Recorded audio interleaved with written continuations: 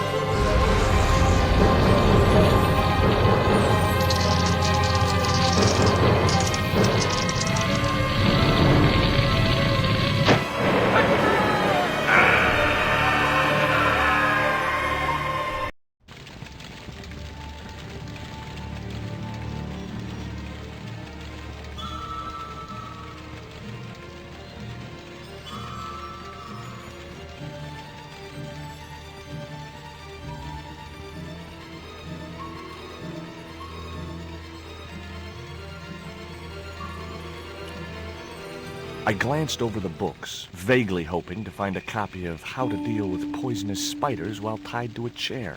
No such luck. But I noticed one corner of the bookcase was supported by a loose block of wood.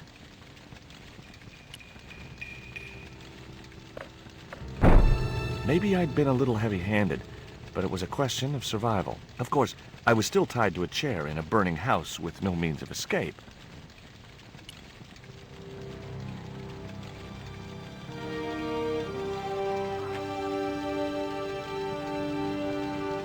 One mighty bound, our hero was free. Now, I had to deal with that fire.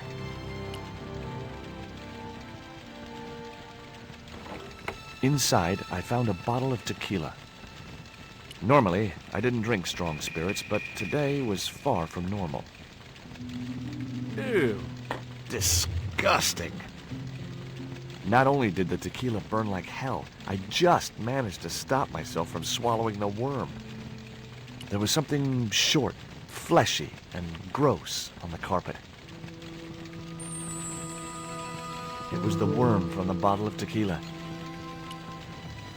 In the drawer was a small decorated pot.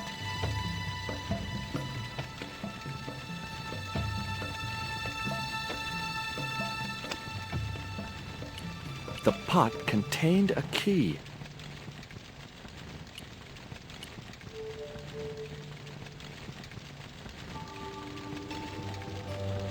That dart was sharper than a mosquito's business end, but this didn't deter me from getting it anyway.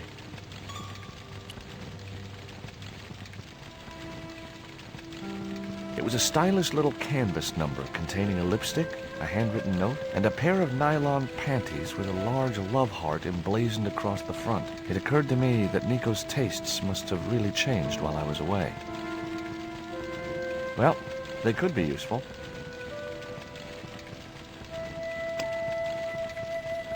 I guess I had no business reading the note, but I figured it might give me a clue to what Nico was involved in. It was from André Labanau, the history student Nico had known at college. The letter was sentimental mush, and revealed that the exotic lingerie, as he called it, was a gift from him. It gave his telephone number. Labanau figured himself as a rival for Nico's affections, but I couldn't believe that that creep was in the running.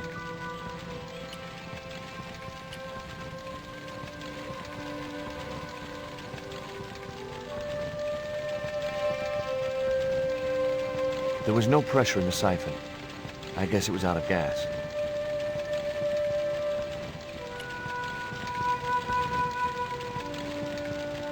The cabinet was locked.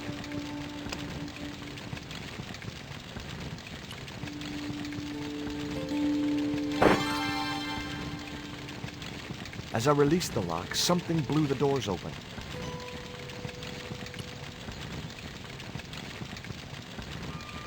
That cylinder was hot. I couldn't pick it up with my bare hands.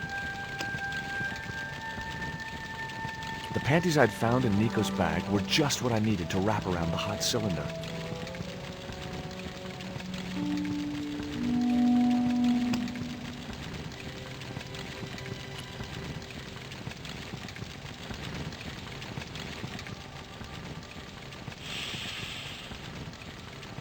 The cylinder gave out a faint hiss as the valve opened.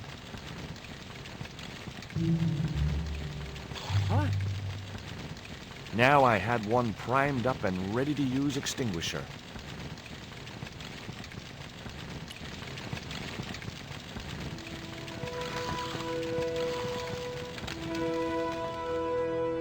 With a well-aimed squirt of his soda fountain, our unshakable hero saved the day. Now it was time to start looking for Nico. I wasn't going to burn myself on that red-hot doorknob, and it wasn't the time for subtlety.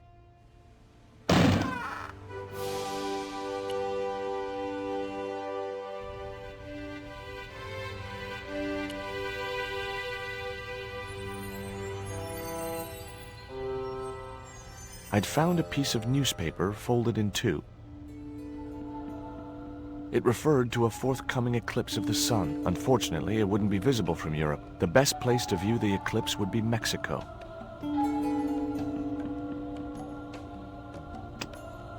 It was the newspaper clipping referring to the imminent eclipse. Wrapped inside it was another small piece of paper. It was a bank statement for Ubier's account from an automatic telling machine. The last 5 withdrawals were for large amounts, and all made in Marseille. Much as I disliked him, Labano might be my only hope of finding Nico.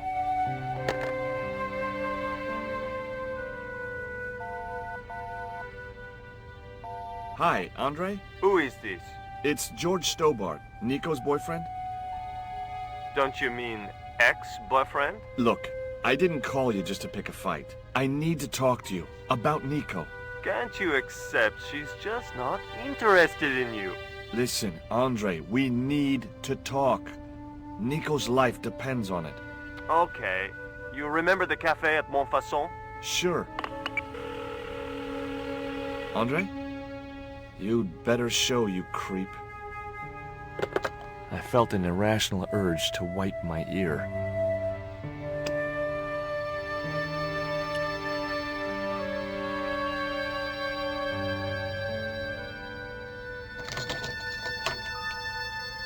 I unlocked the door. I wasn't looking forward to meeting Labano again, but he was my only link with Nico.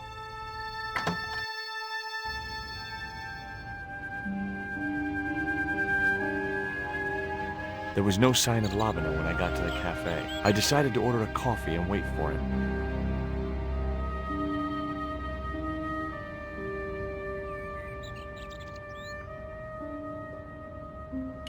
It was a small silver flask from which the man was topping up his glass.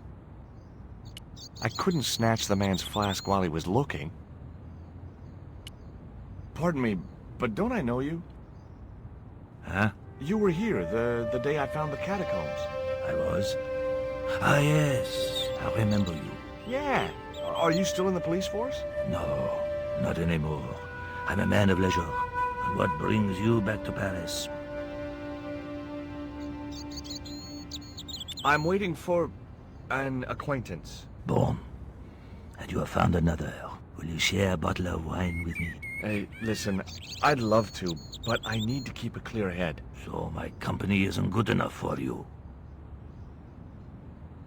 Why did you leave the police? I was forced to retire. The golden handshake. Only in my case, it was more copper than gold. How come? I was made a scapegoat to cover up the department's inefficiencies.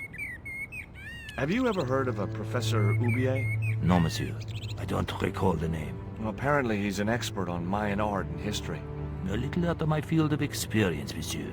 If he'd been a serial killer or a sodomite, I might have been able to help.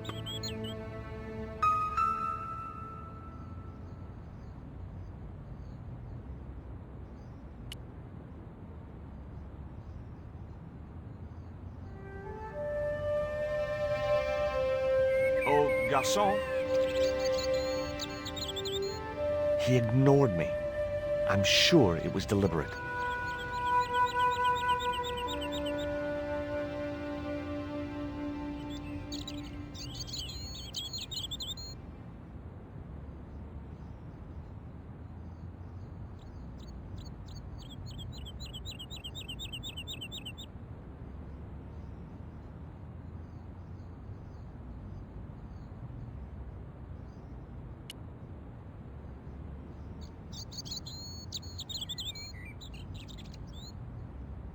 Hey, you.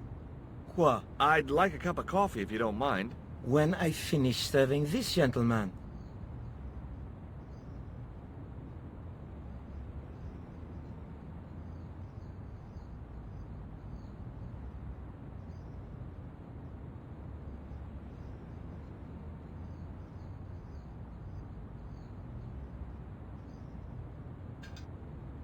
Un café. Thanks. What does that guy keep pouring out of his flask? Absinthe. Absinthe? I thought that was highly dangerous and outlawed in France. It is. Don't look at me, I didn't sell it to him. Do you know a guy called André Lobineau? Oui, I know him. What of it? Well, I'm supposed to meet him here. Did I miss him? No, I have not seen him today. Have you heard of Professor Oubier? Oui. He married that actress, the little dachshund. They used to come here. The nutty professor and the movie star. If Oubier's wife was a movie star, how come I never heard of her? She was big in France. The world doesn't stop at Hollywood. Her stage name was Carol Climax. She died in suspicious circumstances. How did Oubier's wife die? I heard he shot her. And got away with it? He had a good lawyer and a watertight alibi. Why would an eminent public figure like Oubier risk everything for murder? He wouldn't be the first, would he? Besides, people like him always get off. Do you know that man over there? I should think so. He's a regular customer. That's all. Thank you.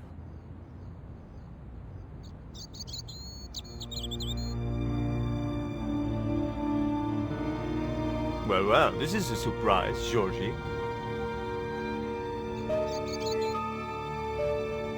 I wouldn't normally call you. But Nico's in trouble, Andre. Deep trouble.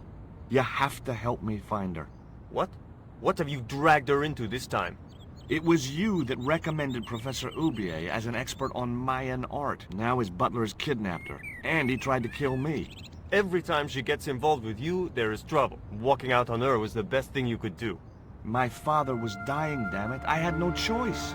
Well, she soon recovered once she went back to her old friends. Drop it, Andre. Right now, Nico's in danger, and we have to work together.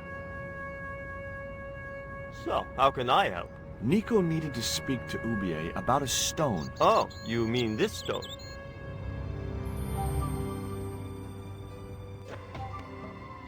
So that's what all the trouble's about. Precisely. Nicole told me to guard it with my life. Well, it's worth more than that, surely. Oh, very funny. What's funny is that your life really is on the line. What are you talking about? The stone is a Mayan artifact, dummy, and the guy who kidnapped Nico was from Central America. It was the stone they were after. Oh my god, you mean I could be in danger too? What do you suppose the carving on the stone means? I don't know. I haven't shown it to anyone. Why don't you just give it to me? I don't want your death on my conscience, George. Where did Nico get the stone? I'm not sure I should tell you. Oh, you should. It was something to do with smuggling. Why didn't Nico take the stone to Oubier? I don't know. Perhaps she suspected something like this would happen. If she's been hurt, Andre, I'll break every bone in your body. No, that's typical of you. Do you think I don't care what happens to Nicole? It occurred to me that slugs don't have bones to break, but I kept that thought to myself. Tell me about your friend Ubier. He's more of a professional acquaintance than a friend.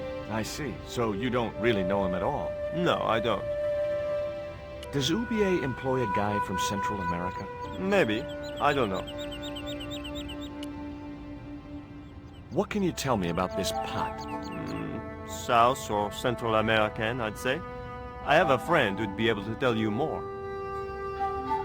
Where can I find this guy? He owns a gallery on the left bank. The Glees Gallery. Take a look at this, Andre. It's a bank statement.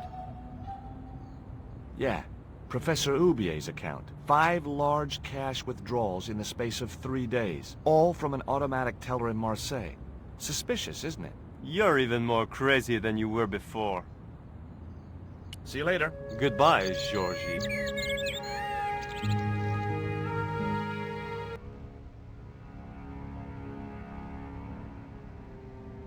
I've had enough of your games, Kala. Tell me what you've done with my stone.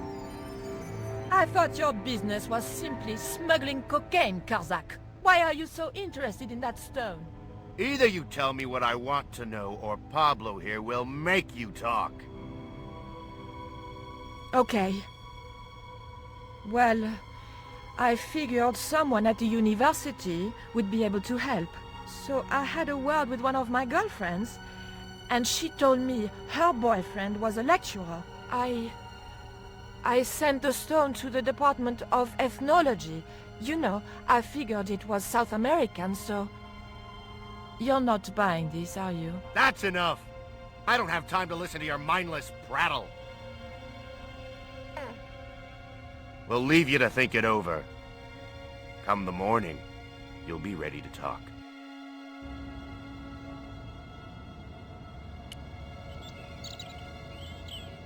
Do you miss being a gendarme? Yes, of course I do. When I wore that uniform, I commanded respect. Not anymore.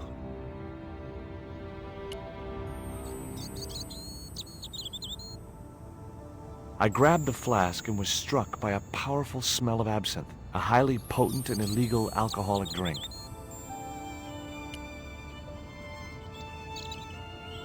Now I had another lead. I could either go back to Ubier's house or visit the Glees Gallery.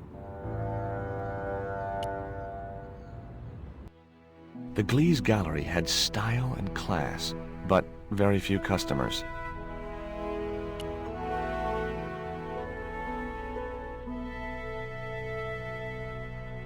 Are you Mr. Glees, the owner? Good God, no. Then I guess that must be him over there, right? Your powers of deductive reasoning astound me.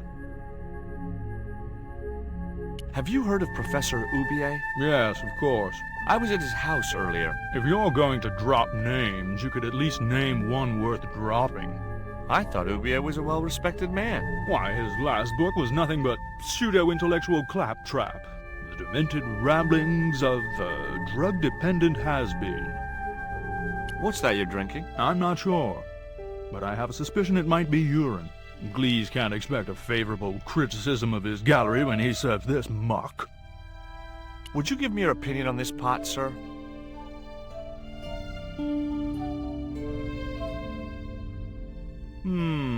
Yes. Very rapouche.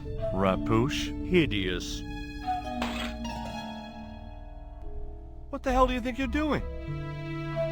You smashed my pot. Certainly, it was not only worthless, it was ugly and offensive. To you, maybe. Believe me, I was doing you a favor. I wasn't going to waste any more breath talking to that pompous blimp. Maybe I could turn the situation to my advantage, and at the same time, get my revenge.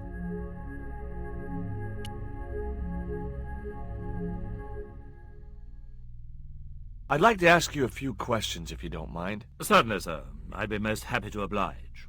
You're English? These days one prefers to think of oneself as European. Sure. Whatever you say. And how precisely may one assist you, sir? What I really wanted to ask you about was a black stone. A black stone? Yeah, it's a Mayan artifact, about as big as my hand. No, sir, one doesn't get much call for black stones. If it's Mayan artifacts you're interested in, I have some rather exquisite pots. So did I, until that slob smashed it. Have you heard of Professor Ubier? Of course. His name is synonymous with Mayan art. A number of these artifacts were supplied by Ubier himself. Do you believe the story that Ubier murdered his wife? If it was true, who can blame him? She was an opportunist tramp. Well, that's what I heard. Have you seen any of Ubier's wife's films? Only one. Believe me, I was appalled, shocked, disgusted, and repulsed. Well, you sure got your money's worth. Last time I went to the movies, I wasn't even titillated. I suppose you have an import license for these relics? Of course. But that's not my problem, sir. The professor arranges all the shipping. We simply collect the items from the docks. Could you tell me which docks Professor Ubier uses to import the artifacts? Good God, no. I can't possibly reveal my commercial secrets. Do you get many Central American Indians in here? And no, sir. This is Paris. Central America is several thousand kilometers southwest of here. Straight across the Atlantic Ocean and turn left. You can't miss it. Well, as it happens, I saw some Central American Indians this very morning. Tourists, sir. Paris is full of them at this time of year. I found this news story referring to a total eclipse of the sun. Really, sir? Well, fascinating.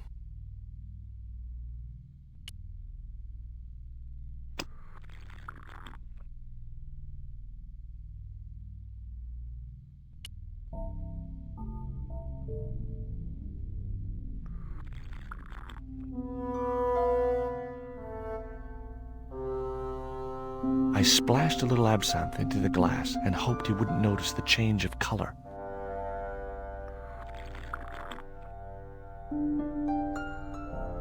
Did you put something in my drink? Yeah, I did. Well, what do you think? Well, it's certainly an improvement over Gleese's wine. In fact, I could grow to like it. Allow me.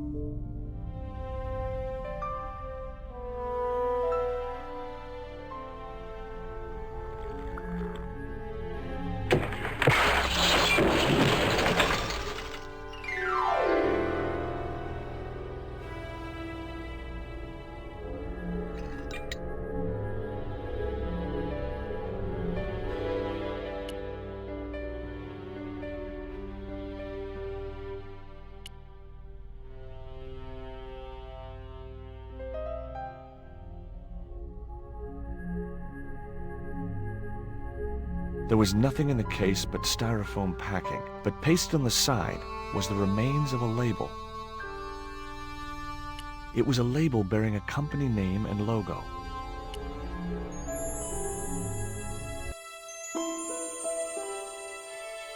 Underneath the logo of a flying bird were the words Condor Transglobal Mars. The rest of the label was missing. It was beginning to make sense. Ubier had organized Nico's abduction. Ubier withdrew money from Marseille. Ubier was connected with Transglobal, who shipped their goods from a warehouse in Marseille. That's how the torn Transglobal label had once read. Marseille, not Mars. It wasn't much of a lead, but it was all I had. I set off immediately to catch the evening train.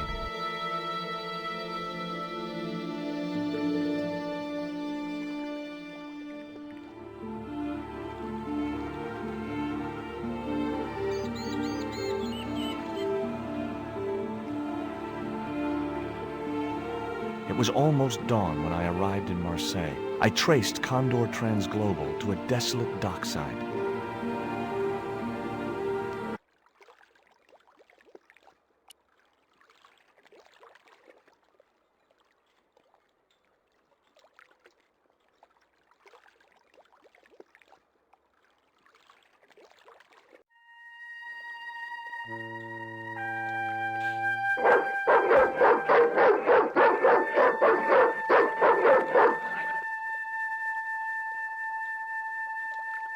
What's the big idea? I don't know.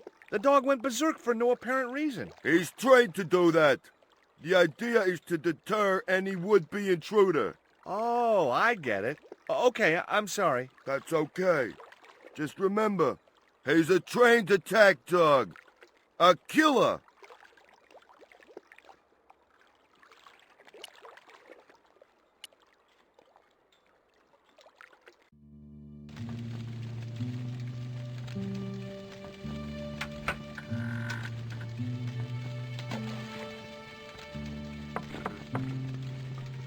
Hi, good morning.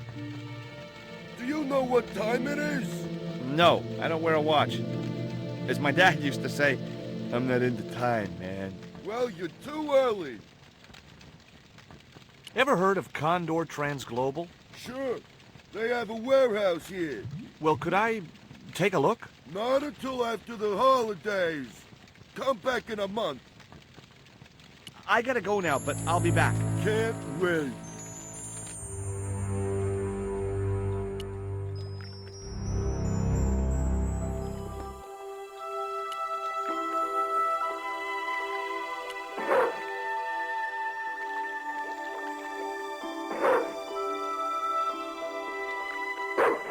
The stick had a hook on one end.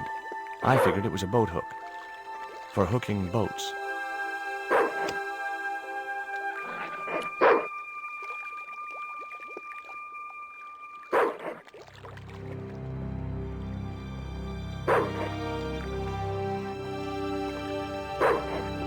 I just knew that boat hook would be useful for something. As for the bottle, even if I couldn't find a use for it, I'd cleaned up the dock a little.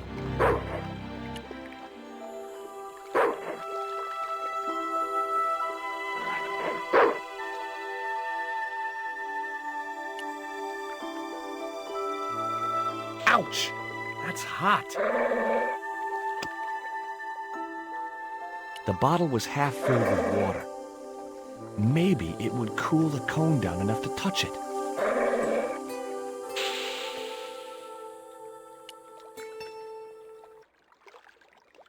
Now I could see into the pipe which formed the chimney.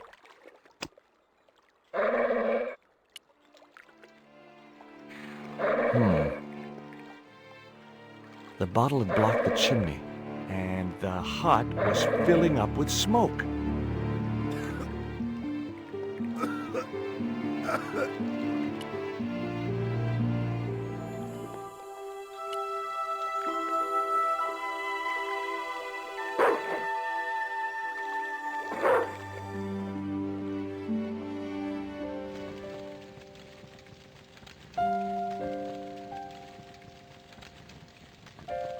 Someone had once told me a piece of coal brought you luck.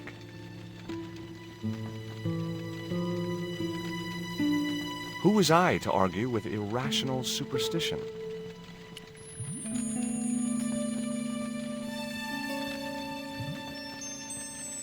The packet was full of dog biscuits.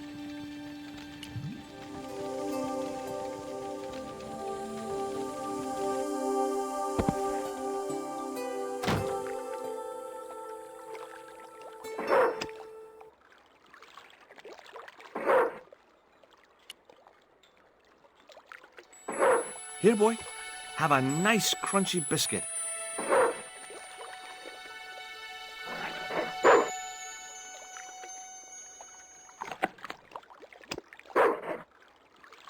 I felt a slight twinge of conscience as I prepared to give the dog a dunking. It soon passed.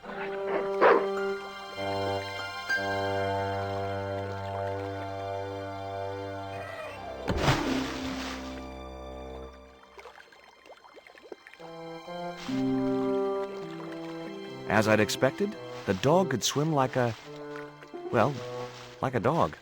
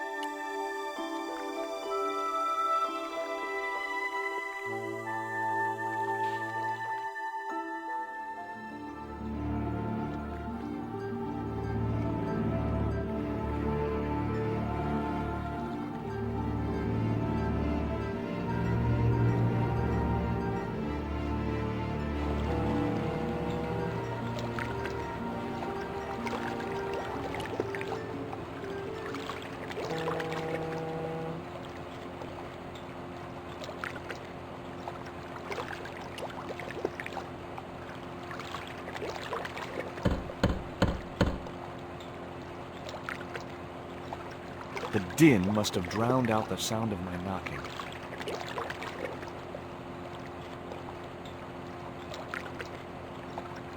Maybe there was a way in up there.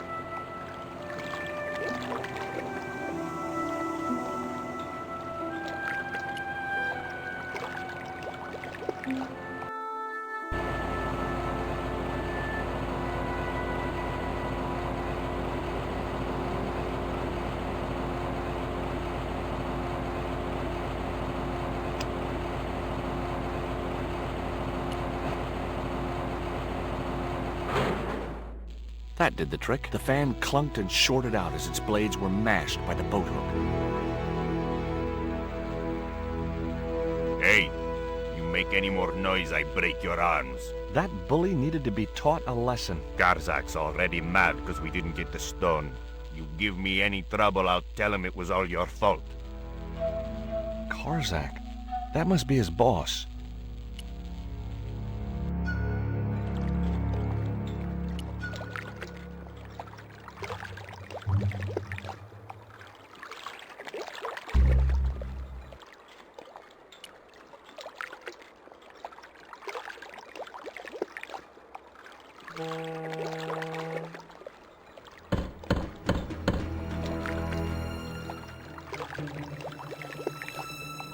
Who is he?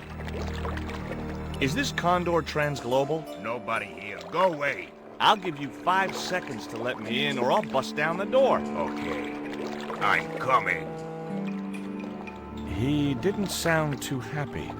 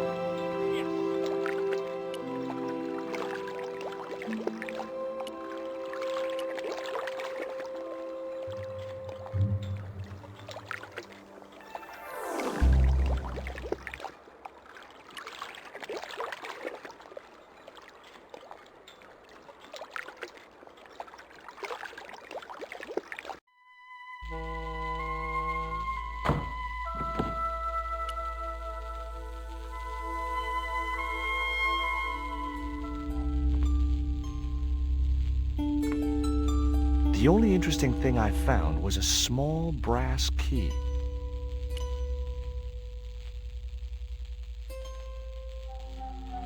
Whoa! Don't shoot! The little guy had a blowpipe. That confirmed my suspicions about what had happened to Nico. I waited for him to shoot me, but it didn't happen. Instead, he seemed to want to tell me something. What? What do you want? He seemed excited, almost desperate. What did he want so bad? Hi. I'm not going to hurt you. Quaramonte! Was that your name? Quaramonte? Quaramonte! His vocabulary seemed a little restricted. What does this key unlock? Huh?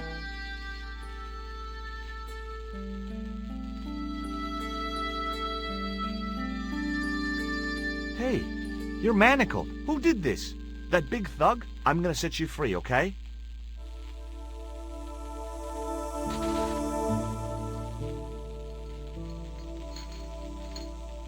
Hey, come back here!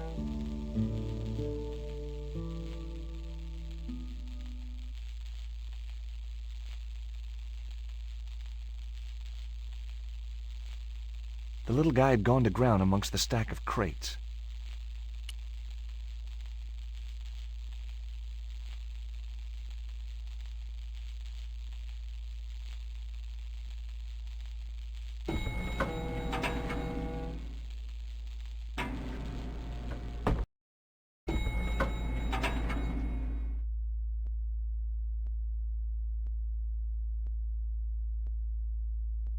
just in time. Interrupting the beam of light kept the doors from closing and stopped anyone from using the elevator. But what now?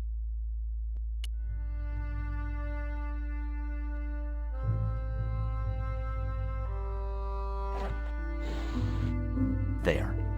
That would keep the doors from closing.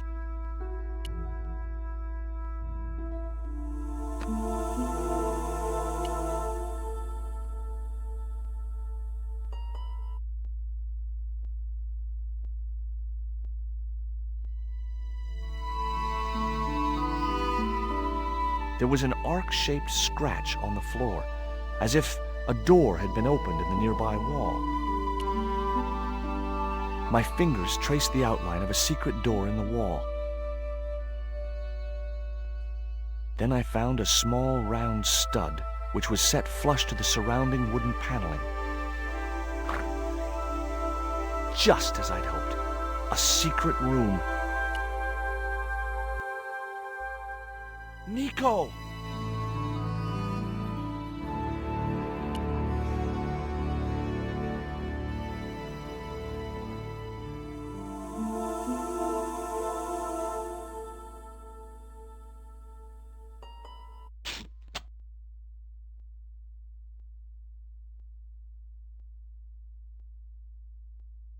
There. How you feeling? Oh, thanks, Georges. How on earth did you find me? I knew Oubier had been in Marseille.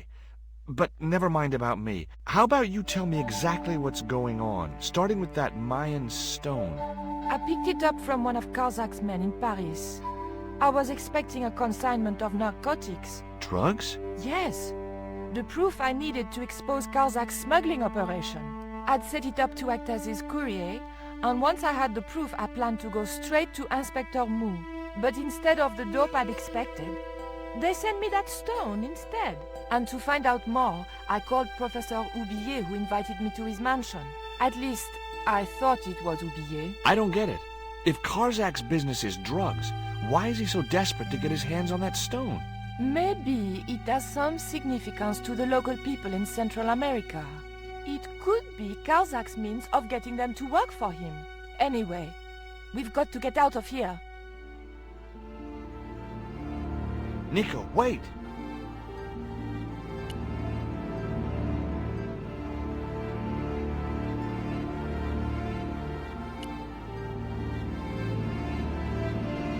I decided to keep the masking tape. It was bound to be of some use to me. It was a flint carving of a grotesque figure with large, evil eyes.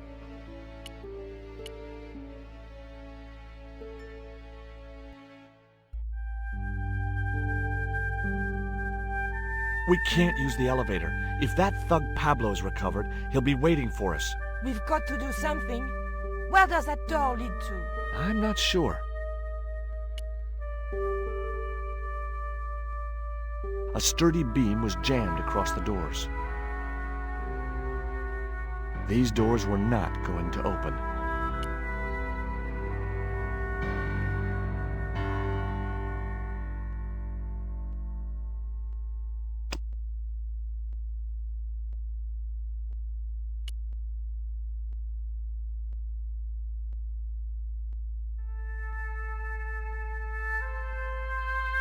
Hopefully, the tape would prevent those doors from closing and stop the Indian from being able to call the elevator.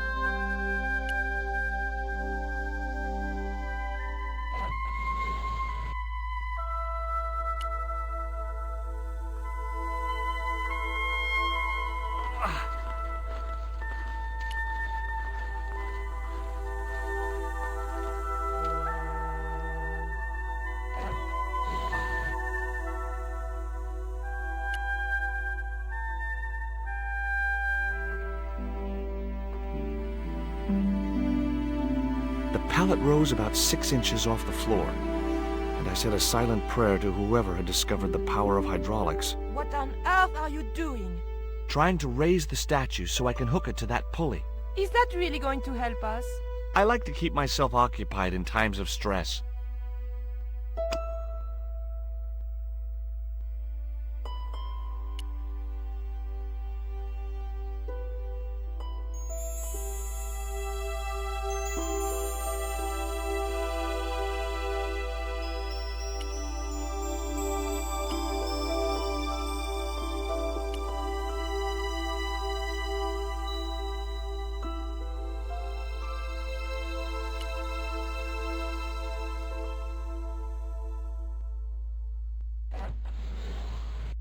It was too heavy for me to move on my own.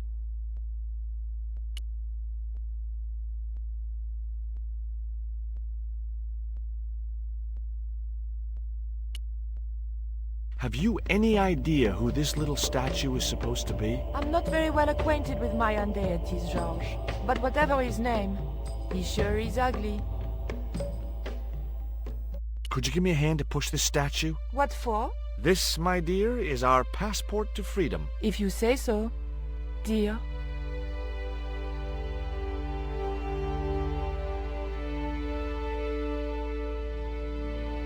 Okay, push!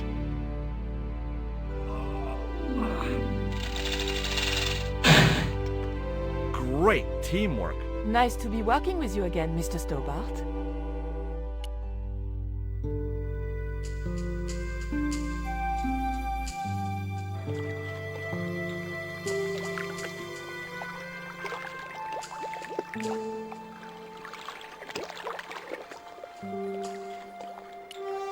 Nico, I have a great idea.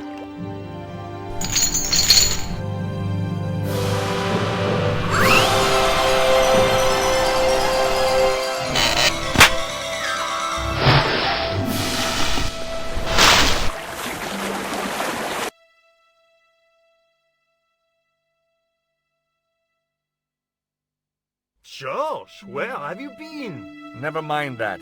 Do you have the Mayan stone? Maybe I have, but, Don't argue, André. Give the stone to George. well, of course. If you say so, Nicole. Thank you so much, Andre. George, he told me you'd been kidnapped, my dear. I'm glad to see he was mistaken.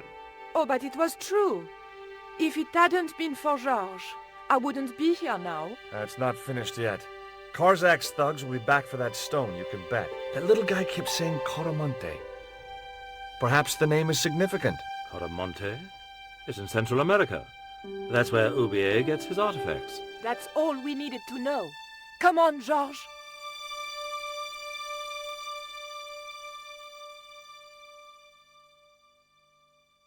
Coramonte, the traveler's rear entrance to Central America. Well, that's how it was translated in the brochure. We didn't know what we were looking for, but the offices of Condor Transglobal seemed a good place to start.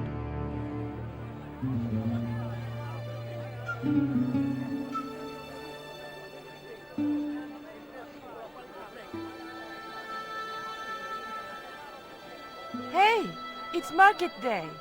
I don't see any cabs. Let's ask someone how to get to Coramonte City. Okay. Keep your eyes peeled for any sign of Condor Transglobal.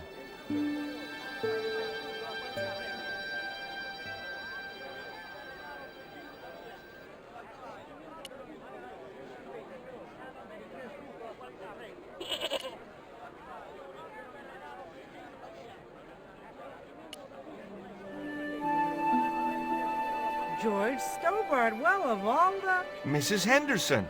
Boy, this is some coincidence, huh? When you've been married to a fruitcake like Dwayne as long as I have, you stop believing in coincidence. I'd met Pearl and Dwayne on the other side of the globe in Syria. He was an Army veteran who suspected he was working for the CIA, but wasn't sure. She was less obviously deranged.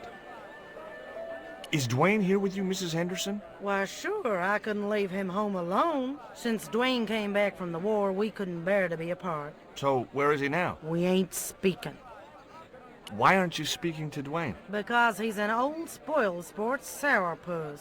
I want to visit one of those old pyramid places, but Dwayne says he has to stay in town. Right. And you don't want to go on your own? Well, there's no point in going to the pyramid if there's no one around to take my picture.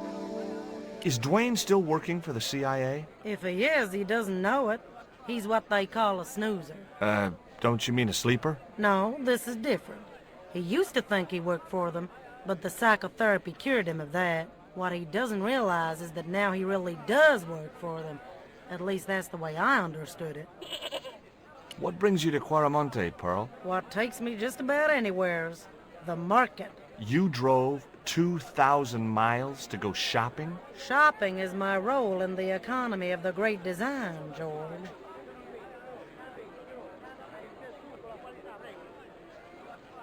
Hey, Nico!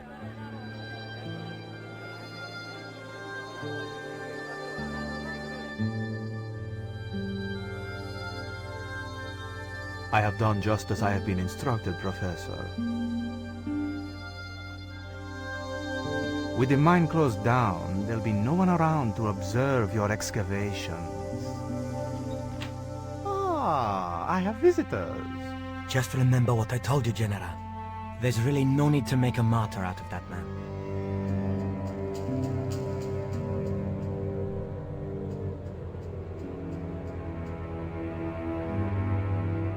I'm sorry to keep you waiting, Senor. Welcome to Quarmonte. Thanks. My name's George Stobart, from California. But what is this? An angel come down to earth. Nicole Collard. Enchanté, mon général. Pardon me, senorita, but I couldn't help myself. Look, we'd like to ask you a few questions. You've come to the right place, senor. Tourist information. General Graciento, at your service.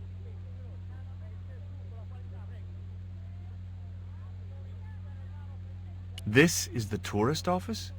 It says police on the sign outside. It is both, senor. I am a man of many parts. I can see that, General. Who was the guy you were talking to when we arrived? Professor Oubier, a visitor, senor, like yourselves. Did you say Oubier? Si, senor. Professor Oubier, a French archaeologist. What's Oubier doing in Quarmonte? Researching our rich and glorious past, senor. The professor is planning an expedition to some Mayan ruins. He came to see me to get an excavation permit. Are there any ruins around the city? Of course, senor. Quarmonte has everything. I have a friend who wants to visit an historical site. Ronaldo will only be too pleased to conduct a guided tour. When he's dealt with today's paperwork, of course. I'll be back.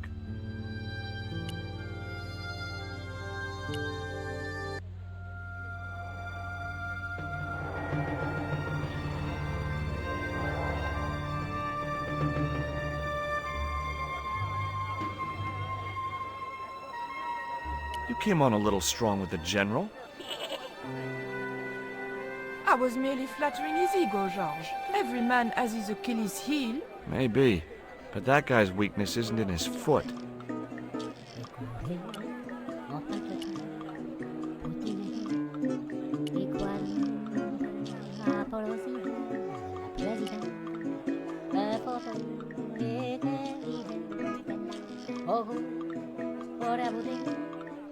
It was Pearl's husband, Dwayne.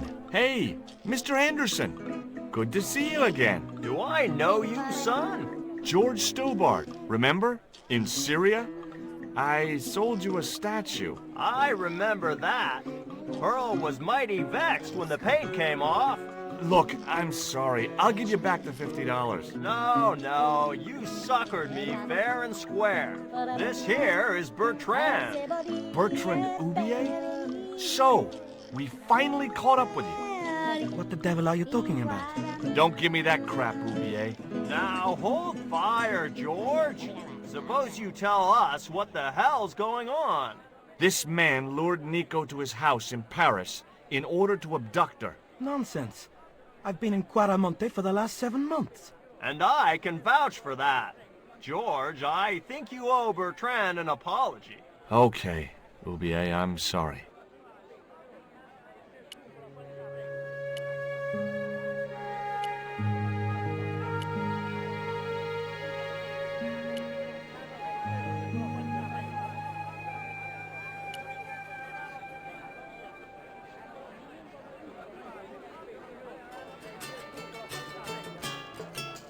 Hey, cheer up, guys. What's with the long faces? Our pipe player has been arrested and thrown in jail. Poor Miguel. He never broke the law in his life. Why was Miguel put in jail? For playing folk music. What? It's true, senor. He insisted on playing traditional Quarmonte music, even though it's illegal. Why don't you try playing a tune to cheer yourselves up? No, we should be looking for real jobs. We could earn 10 times as much down the mines. My cousin Ramirez was earning 8 pesos an hour.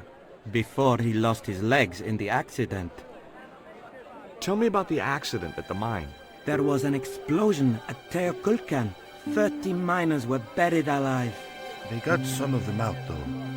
2 of them, including your cousin, and they left half of him behind.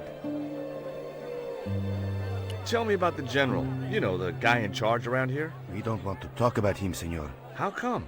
No one can hear you. Well, only that old goat. In Quaramonte, we have a saying. Don't tell your old goat what you don't want your wife to know. What does that mean? I don't know.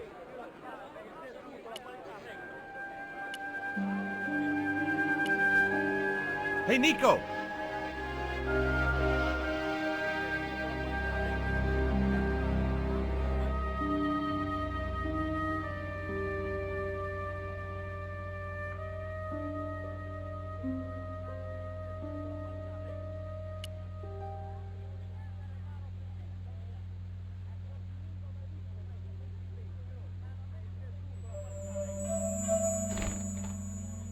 Senor.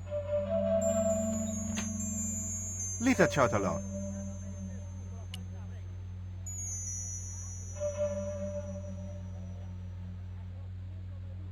Do you have a map of Quaramonte? A map? I'm sorry, senor, but I don't. What about the one on the wall? Ah, that is an archaeological survey map, senor. Not suitable for tourists. Is it true there's a restriction on music in Quaramonte? Yes, there is. An emergency measure introduced by Nuestra Senora. Folk music is a link with the past for some of these people. Take away their musical roots and what do they got left? Easy listening. You think easy listening could replace a musical heritage hundreds of years old? Why not? It happened in your country. I hear there was an accident at the mine a few months ago. That's correct. A lot of men killed, weren't there? A few. 30? Barely 1% of the working population. Have you heard of a guy called Karzak? No. No, I never heard of him. I'll be back.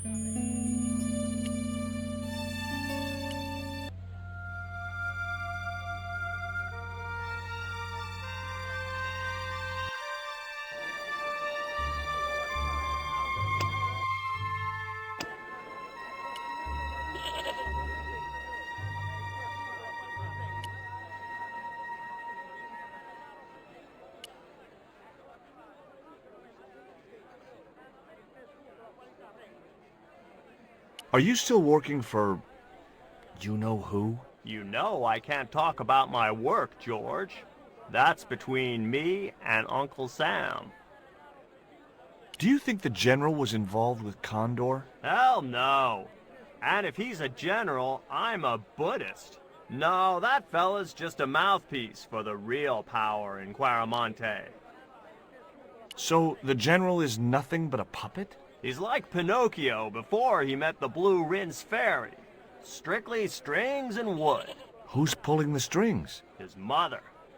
Better known as La Presidenta, the dictator. Did you know that traditional music is illegal in Quaramonte? Is that so?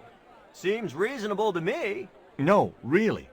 The leader of the band in the square has been imprisoned just because of the music he played. I don't know who you've been talking to, but that fella, Miguel, he's an agitator. What's the real reason the musician was imprisoned? Handed out subversive literature at the mines. That so-called general was waiting for Miguel when he got back into town. Marched him off to jail at gunpoint on a charge of inciting a riot. Did you drive all the way down here? Hell no. Pearl did the driving while I followed the maps. The way she handled the wheel, you'd think she'd been trucking half her life. Why did you bring a huge truck like that? George, I'm on a top-secret classified mission for Uncle Sam. This truck is a rolling bomb. 400 pounds of nitrate fertilizer with a plastique initiator. They'll hear the bang in China. Gee, I'm really looking forward to this. Is Miguel the reason you're here? Pretty smart, George. I was supposed to make contact with him. By the time I found him, though, he was in jail. I've been trying to figure out a way to get him out since then. Sounds good to me. Count me in. Good man, George. All I need is a detonator. How come you brought a truckload of explosives but no detonator? Call me old-fashioned, but I say packing trunks is woman's work. I left the packing to Pearl, and I can't find a darn thing. Just hope she remembered to bring my denture polish. I'd sure hate to arrive back in the States with tar on my teeth.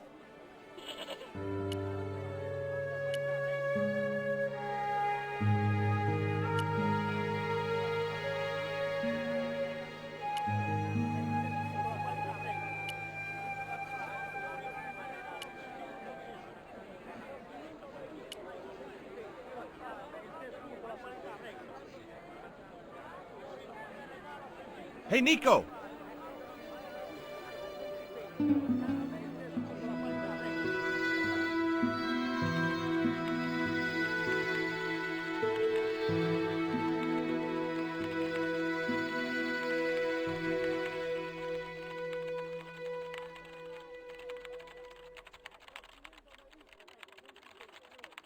Hola, señora. Hi. We were wondering... I was talking to the lady, Chico. Hi, my name is Nicole Collard.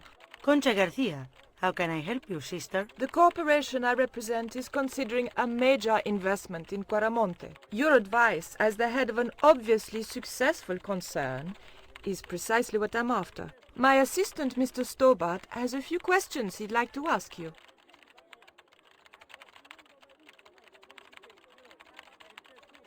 Can you tell me about the accident at the mine? Accident? It was sabotage. Somebody wanted my mine closed down for good. Do you have any evidence that the mine was sabotaged? Not yet, but I'll get to the bottom of it. There'd been trouble at that mine for several months. The workforce was getting smaller every day. Someone had started a rumor among the men that the mine was cursed. Now the entire operation has been closed down. Where's the site of the mine? Several days upriver at a remote area known as Teoculcan. Do you know Professor Ubier? Yes. I understand he is about to embark on an archaeological expedition. He hired some equipment from me earlier today. I overheard him talking to the general. I think they're working together. What? If I'd known that, I wouldn't have hired out the equipment. Now, why would the general be interested in an archaeologist? Do you have any kind of detonating device in stock? Sure. They're kept in that cupboard. I don't suppose you have one spare? I can't simply give you a device like that, no without a damn good reason. The general has a chart in his office, which he was discussing with Ubier. Perhaps that chart will tell us where they're heading. Maybe, but I can't get anywhere near it while the general and his sidekick are there.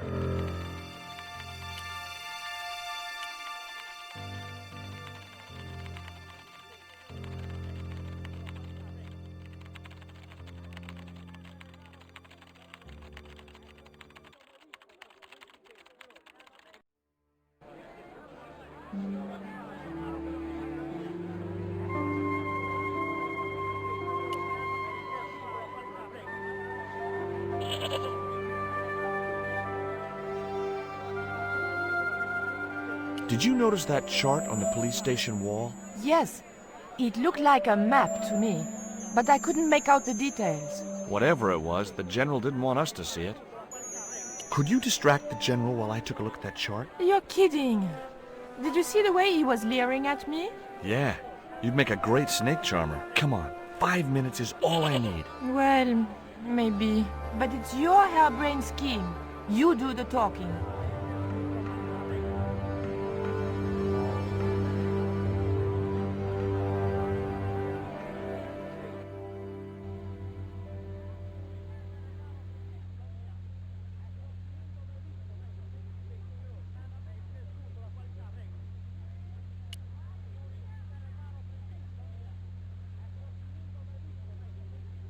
My girlfriend has a favor she wants to ask you, General. For you, my dear, anything.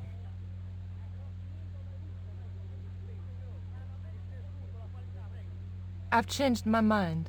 Oh, no, you haven't. She's embarrassed about asking you for an interview, General. An interview with me? Fabuloso! Well, I want to write a story about you. You hear that, Ronaldo? An exclusive glossy spread about your beloved General.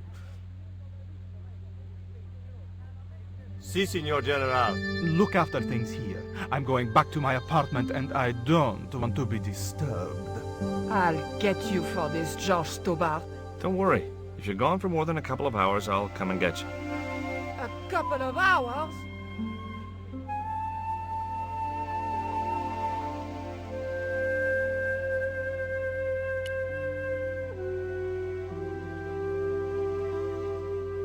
Hi, I'm George Stobart. Hello, Signor. How can I help you? Are there any ancient pyramids near Quaramonte? Si, Signor. But it's not very impressive. It's in ruins. That's perfect. Would you take my friend to the ruins now the General's gone? I'd be honored, Signor. Thanks. I'll go get her.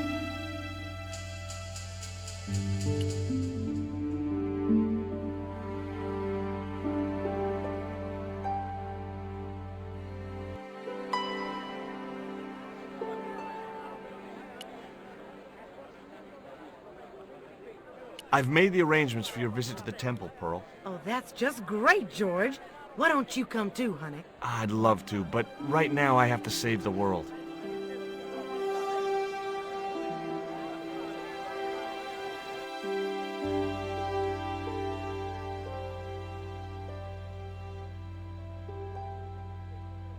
Listen, sweetie.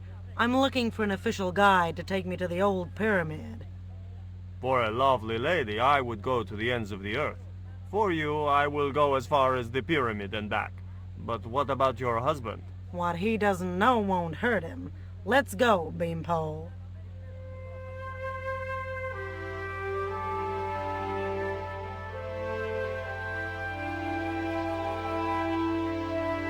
As Pearl and Ronaldo set out for the ruined pyramid, I prepared to search the police station.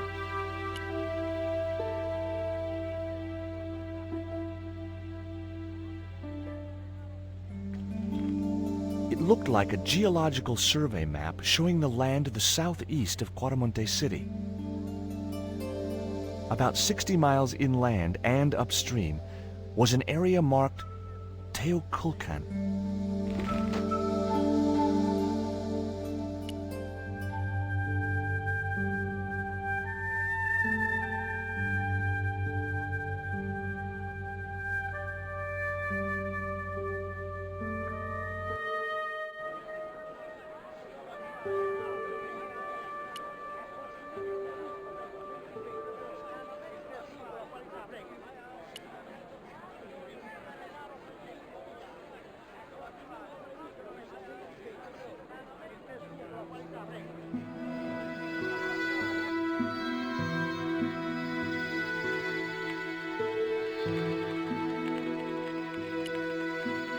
I got a good look at that chart in the police station. It's a map of Quaramonte. Does it tell us where Ubier is heading? Yeah, a place called Teoculcan. That's the site of the mine. I wonder why they're being so secretive about Ubier's plans. One thing's for sure. If the general's involved, they're up to no good. I'd like to talk to that musician Miguel. Take the detonator and get him out of that jail.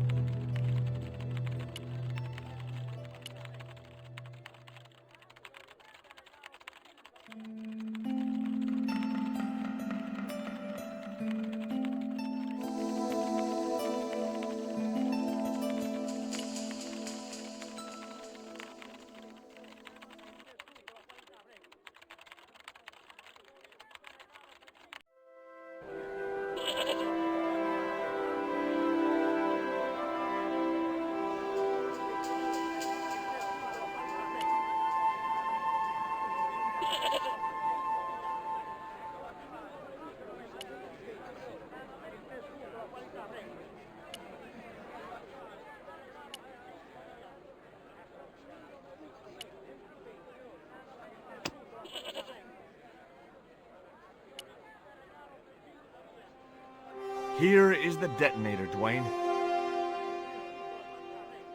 Keep your voice down, George. You want everyone to know. You'd best go and warn Miguel that the U.S. cavalry's on the way. Okay.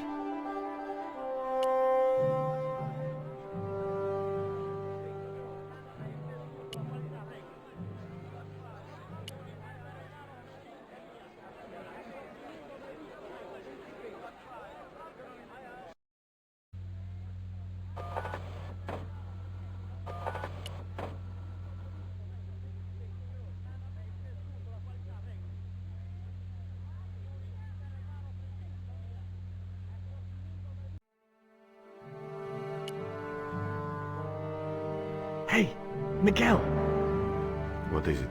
What is happening? we're getting out of here. Who's we?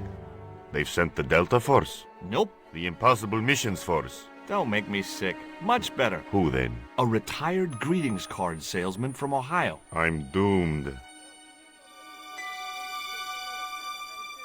You're not the only one. I should have known you'd be trouble the moment I saw you. Look, I can explain everything. Get in that cell, now. And what if I refuse? He'll shoot you. Okay, here I am, going quietly into the cell. Very wise, not Americano scum. One of the reasons I hate guns so much is the way they make people so damned impolite.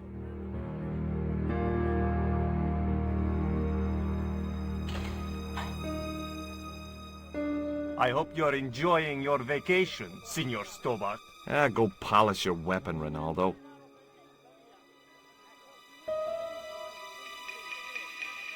This was part of your plan, right? Well, in a manner of speaking, no. I was all out of ideas. It was up to Nico now. So, here we are. You've changed. I thought I would slip into something more comfortable. The stench of cheap cologne rolled over me like tear gas. So, what do you want to know about me? Ask and I will answer. I will deny you nothing.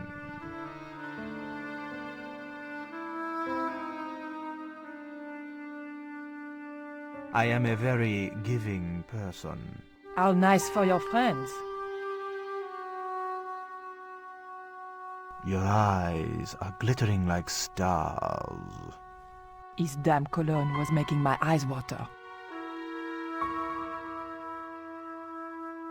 I was running out of sofa.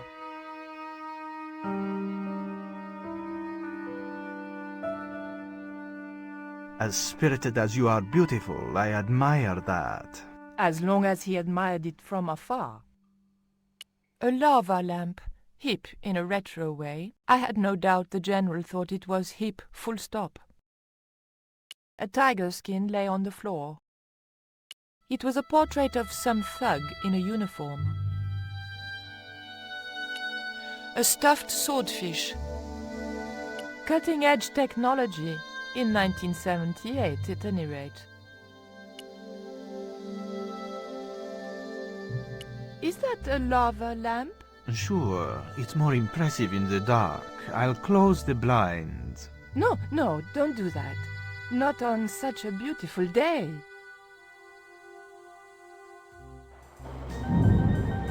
Big fish. Catch it yourself? Catch it? Fishing poles are for children. Then how did... Are those bullet holes? 2 magazines on full automatic. It put up quite a fight. Who's the guy with the hat and the fat cigar? My mother.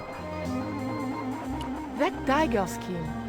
You didn't kill it yourself, did you? Alas, no. I had to import a synthetic one from the United States. It is very comfortable to lie on naked. Unfortunately, I'm allergic to man-made fibers.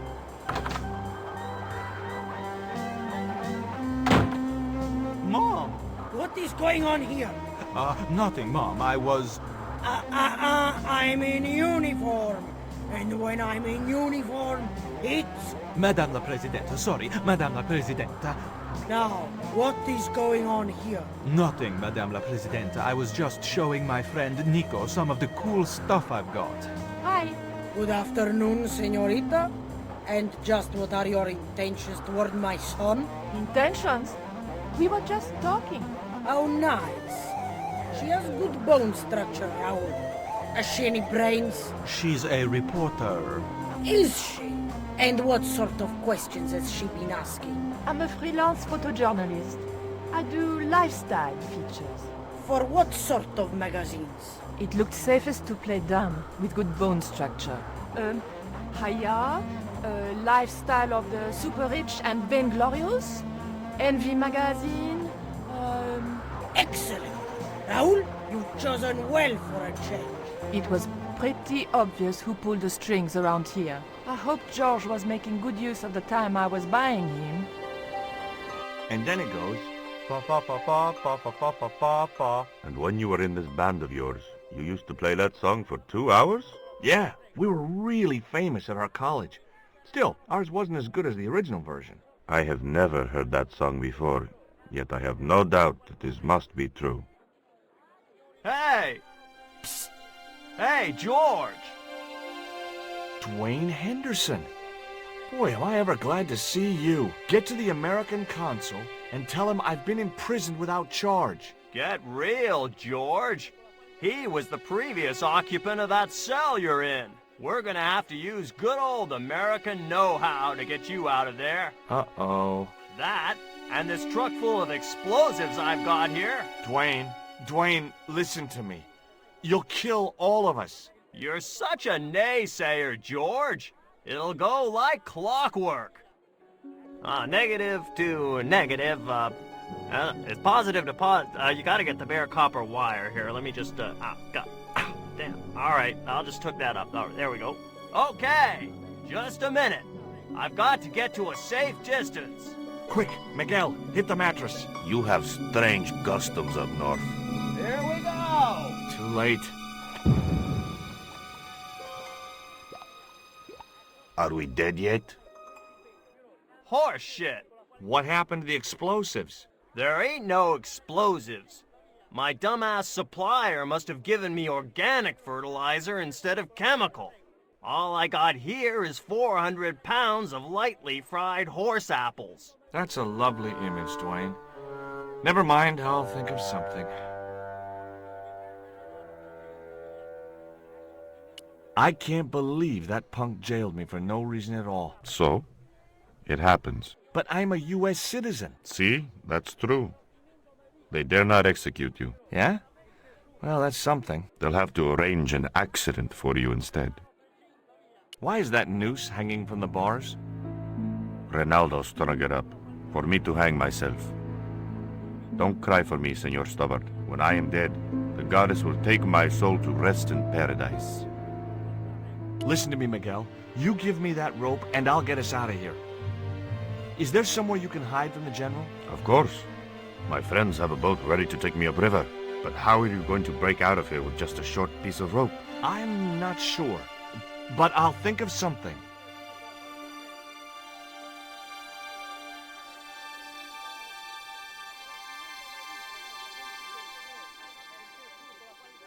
If your plan doesn't work, will you let me hang myself in peace? Have you heard of a guy called Karzak? Yes. The old man spoke of him.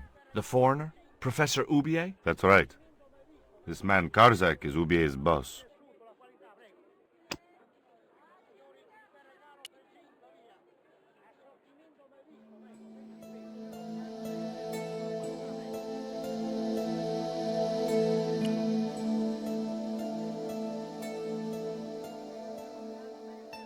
Hey, Dwayne, I want you to tie this rope to your truck and then drive forward. I'd had no idea whether this was really going to work, but I'd seen it in a black and white western. Of course, Hopalong was using a horse and Dwayne had a 4-ton truck, but hey, the principle's sound. Anything you say, George! Please forgive my mother. She can be a little difficult.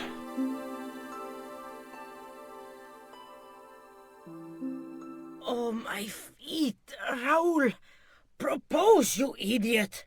Don't mind her. She just wants grandchildren. Don't think I can't hear you, Raoul. I want the worthy successor, and you're not it. Propose now or I'll do it for you. Look, Nico, we haven't known each other very long, but... What the hell was that? I didn't know what was going on, but Georges had to be involved in it somewhere.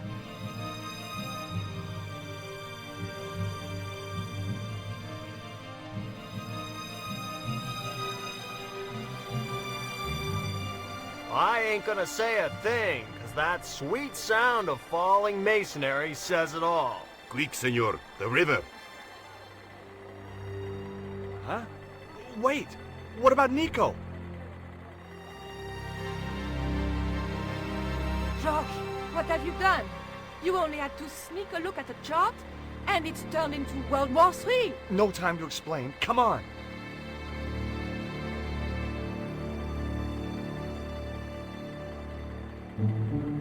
Don't move, terrorist scum. You talking to me, Junior? Yes, I'm talking to you, fat man. And my name's not Junior. A word to the wise, Junior. You carry on waving that pea shooter in my face, and the next person who sees it is gonna be your proctologist. Savvy? General, I am happy to report that I have apprehended the terrorists. You idiot, not them. The other American and the French woman. They're the ones.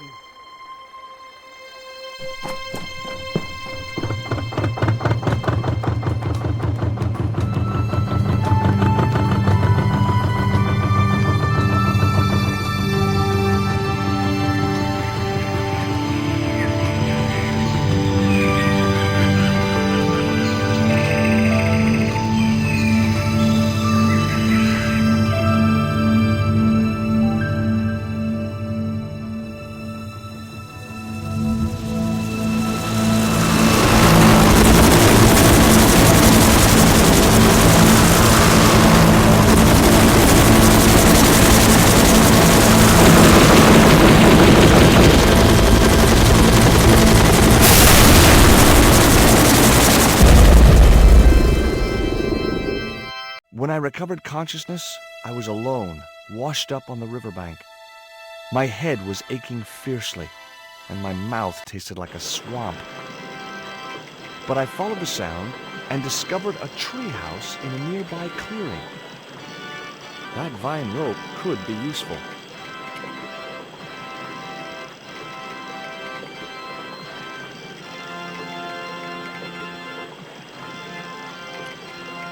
It was a pile of damp leaves.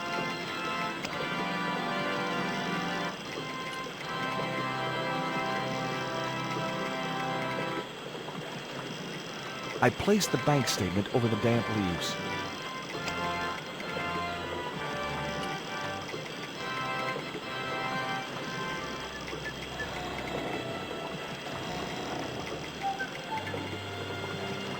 As I held the fetish to the iron rim of the wheel, a shower of sparks cascaded onto the leaves.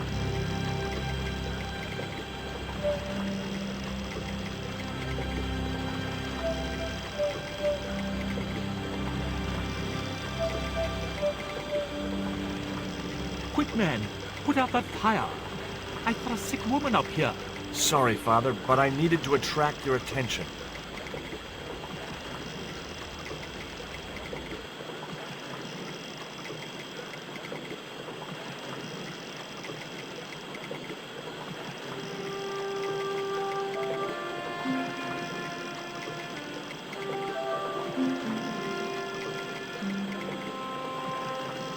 Who are you?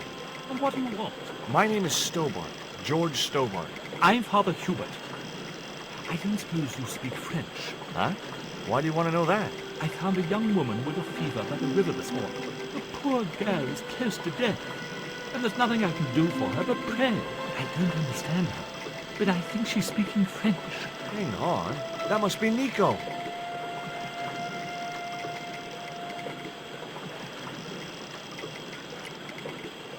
That's my girlfriend you've got in your treehouse. What's the matter with her? She's been bitten by a venomous river snake. But can't you do something for her?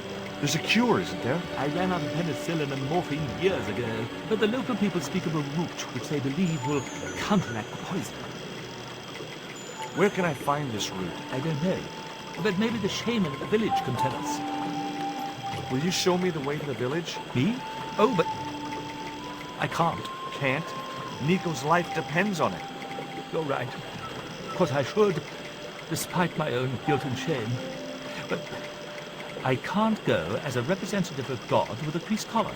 A creased collar? You mean you put your personal attire higher than the life of a sick woman? I will not go to that village looking anything but my best. Give me your collar. I'm sure I can find a way to press it. Thank you, my son. In the meantime, I must contemplate my sermon. There was obviously more than a creased collar bothering the priest.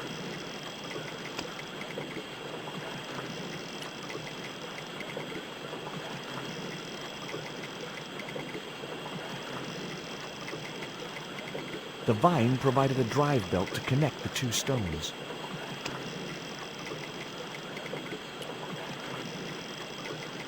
So there I was, hundreds of miles from civilization, doing the housework for a priest. It's a strange world.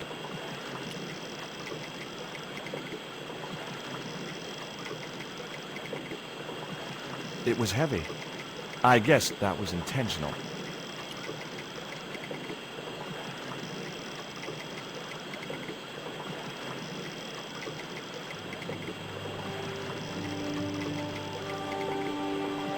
The press worked surprisingly well on the collar.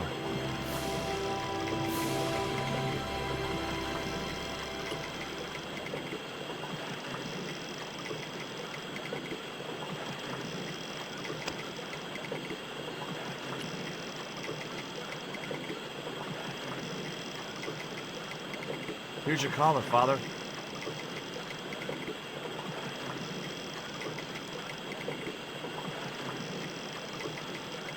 Thank you, George. You probably think it a little odd of me to make such a fuss. Oh, no. If I'd been living in the jungle for 11 years, I'd be completely screwy, too. Screwy? Yes, perhaps I am. Ever since my last visit to that village. Now you've got your collar back, will you take me to the village? I've still not finished my sermon. Look, Father, I still don't know why you're so reluctant to visit that village, and it's none of my business. Whatever the reason, it can't be more important than saving Nico's life. You're right. I must be crazy. We must make haste if we're to reach the village before nightfall. By the time we reached the village, it was sunset.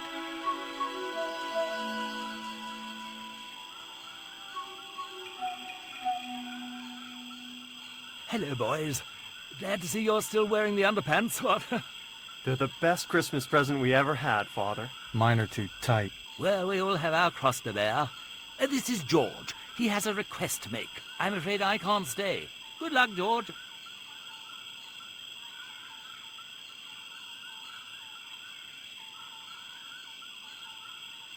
That's a relief. I never feel comfortable with him about.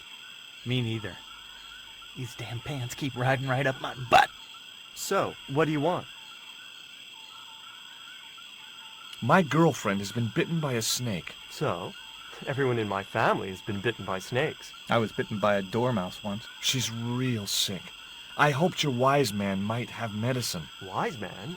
You must have the wrong village. Father Hubert said there was a wise man in the village who could help me. Ooh, he must mean the old man, the shaman. I'd like to see the shaman, please. You can't just go walking in there and demand to speak to the shaman. Why not? You have to observe the protocol. The shaman demands tribute. Tribute? You mean like a gift? That's right. The eternal question. What do you give a man who has everything? Here, he'll like these biscuits. If you say so.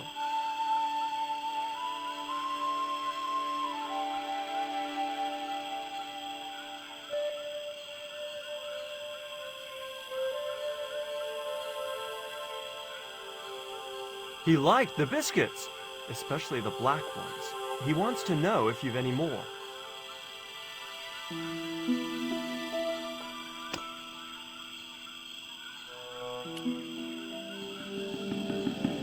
I put the Mayan stone in the empty box. Here, I found some more of those biscuits for the shaman.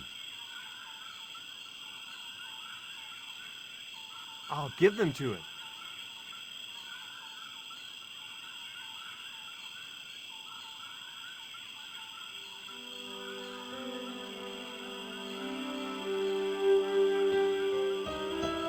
The shaman wants to talk to you. I hoped he would.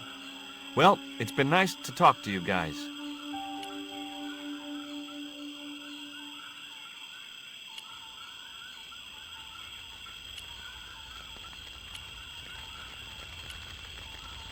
Hi, my name's George Stobart. Please, sit down. Welcome, George. Thanks. It has long been foretold that a white man would bring the Coyote Stone to this village.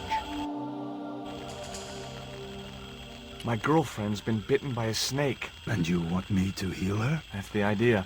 Can you do it? I'm not sure. My gums aren't what they used to be. Listen, my girlfriend's in a coma. Please, old man, give me the root. What root?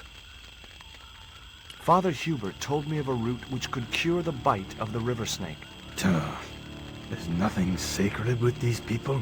That was our secret, known only to members of my tribe. If that root is my chance of saving Nico's life, then I want it. Fast. There is time yet, George Stobart. Time to learn why you were called here. Why is Father Hubert so reluctant to visit the village? I don't know. He used to come here a lot, but then he just stopped. You'd think he'd want to spend some time with his kids. Did you say Father Hubert has kids? 3 girls and 5 boys by my reckoning. All conceived in the same week at the Feast of the Monkey Dance. Fine. If I listen to your story, then will you give me the root? The eel travels far, but still returns to the place of his spawning. And look, I'm running a tight schedule, so can you skip the riddles? Many years ago, when the world was young, the great god and king Quetzalcoatl was defeated by trickery and deceit. His enemy Tezcatlipoca took his place as leader and demanded terrible human sacrifices. A group of loyal priests found a way to trap Tezcatlipoca. But his powers were so great, they knew he would not remain trapped forever. His time of incarceration would end with the eclipse, which marked the close of the 5th age. So the priests fashioned 3 obsidian stones which contained the power to seal the mirror for all time. But before the stones could be put in place, they were seized by the invading Spanish. But how did they trap Tez, the evil god? They built a pyramid which they told Tezcatlipoca was dedicated to him. At its center, they fashioned a huge mirror of perfectly smooth obsidian. Luring him into the pyramid with praise and flattery, they used sorcery to ensnare him in the mirror. There's an eclipse of the sun due very soon, isn't there? Correct. The eclipse which marks the ending of the 5th age will come before the next full moon. Less than 2 weeks. I didn't really believe that Tezcatlipoca would return, but I figured Karzak's plans were in some way connected. What happened to the stones? They were taken by the Spanish to the coastal town that is now called Cuaramonte City. Only 1 stone reached Spain. The other 2 fell into the hands of buccaneers. The Jaguar stone was captured by an English captain, El Draco. The Eagle stone was taken by a pirate called Ketch. The 3rd stone, the Coyote stone, reached Spain safely. That is the stone in your possession. Tell me more about the Jaguar stone. Many centuries ago, the port of Cuaramonte was entered by a ship flying Spanish colors. The captain, the man known as El Draco, sent soldiers ashore. Only when the soldiers arrested the mayor did the people realize that they were English privateers. The mayor was held hostage while the soldiers looted and plundered the city. Amongst the treasures they stole was the Jaguar stone. Where is the Jaguar Stone now? I suppose El Draco took it back to his homeland, across the Great Sea. To England? Tell me more about the Eagle Stone. The stone was loaded onto a galleon with many valuable artifacts plundered by the Spanish, but shortly after leaving harbor, a terrible squall blew up and damaged the ship. The ship was intercepted by a bloodthirsty pirate, Captain Ketch. Ketch made short work of overpowering the crew, stealing the treasure, and sinking the Spanish ship. Where's the Eagle Stone now? Nobody knows for sure. Ketch retired from piracy and bought an island in the Caribbean. What do I do when I find the stones? Bring them here to me and I shall prepare you. The stones must be taken to the heart of the pyramid. Only there can they be used to seal the gate by which Tezcatlipoca will return to this world. Can you show me the way to the pyramid of Tezcatlipoca? Not until you possess all 3 stones.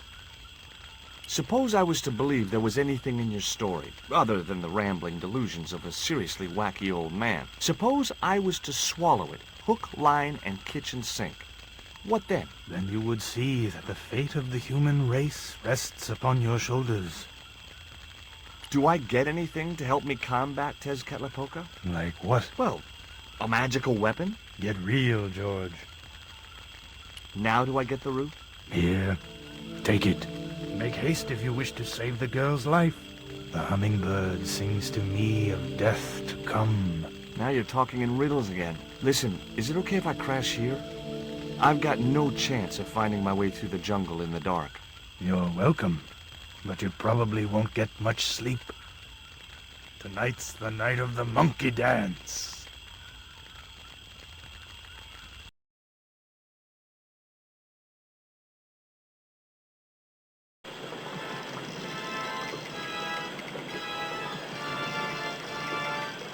I left the village at dawn and stumbled back through the jungle in a post-party daze. It was just like sneaking back to my parents' house when I was younger. Except Oakland didn't have monkeys or parrots.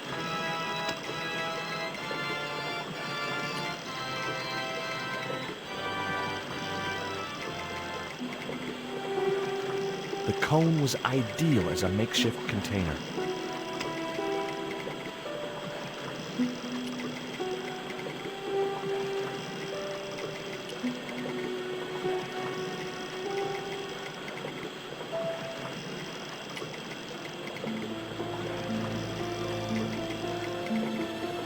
As the liquid was squeezed from the root, it collected in the cone.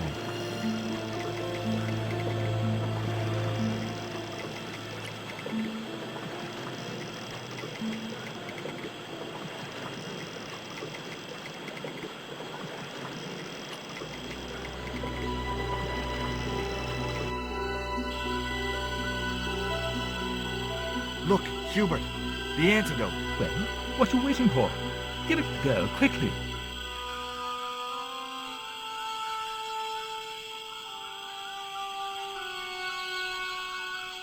Nico. Here, drink this. Oh, George, it's horrible. Just swallow it down. Okay, try and rest now, darling. You'll need all your strength when we go after the other 2 stones. Other stones? What other stones? What have you gotten me into now, George Stobart? The patient is sounding more like her old self already.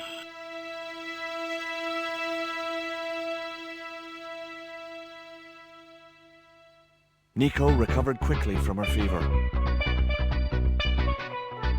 To save time, we decided to split up and look for each stone independently.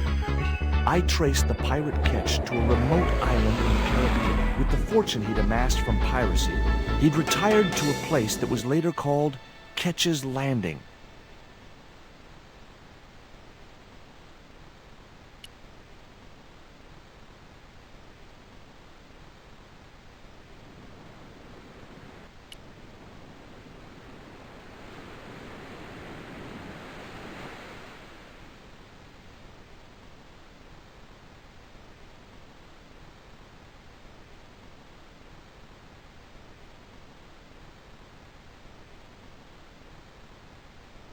Hi.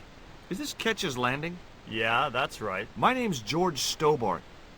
You're a surveyor, right? Mr. Bronson. And of course I'm a surveyor. Why the hell else would I have a theodolite? I don't know. Hobby, maybe? Yeah, right.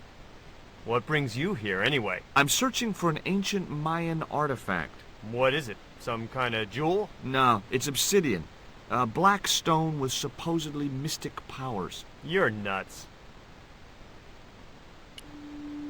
This is similar to the stone I'm looking for. What makes you think you'll find it here? Because when the stones were stolen in the 17th century... Hold it! The stones have been lost for 300 years? Approximately. And you're hoping to find them again? You're nuts. And why here? A wise old Indian shaman told me he saw the stones in a vision. Ha ha. That's rich. Listen, I got work to do, okay? Catch you later, Bronson.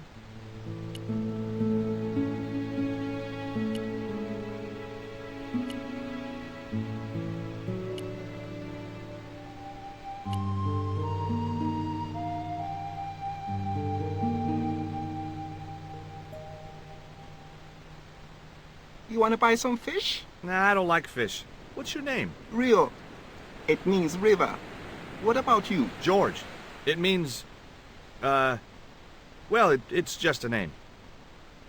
No school today? No, sir. What about your education? I can fish, sail, and swim. I've been looking after myself since I was 6, and I'm bilingual. Aren't you a little overqualified for a beach bum? Well, you know, there's a lot of competition. Is it true that Captain Ketch lived around here? That's right. That's his house up on the hill. It's a museum now. Yeah? That's exactly what I need. Thanks, kid. You won't get inside, you know. The old ladies close it down.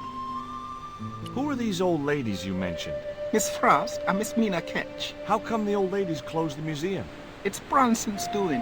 Him have the plans for redeveloping the museum. They kind of regret it, you know. The man's a crook.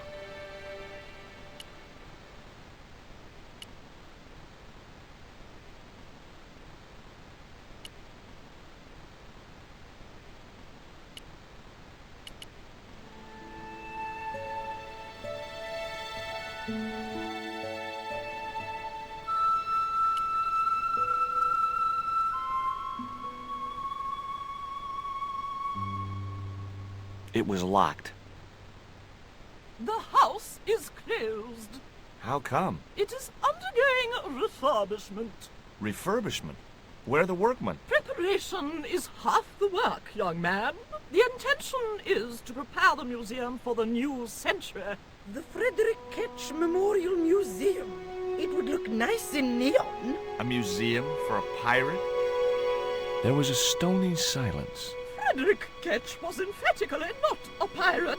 It's precisely this sort of vile misrepresentation that Mr. Bronson is seeking to rebalance. Oh?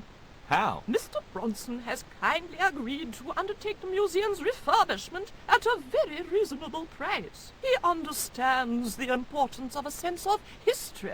Funny. That's not the impression I got of Bronson at all. He also understands spherical geometry. Mina? Well, he does. Listen, ma'am, I came a long way to visit this place. If we make an exception in your case, everyone will want to get in. Pardon me, but I didn't exactly have to fight my way through the crowds. You're the second visitor we've had today. No, I'm sorry, but it's impossible.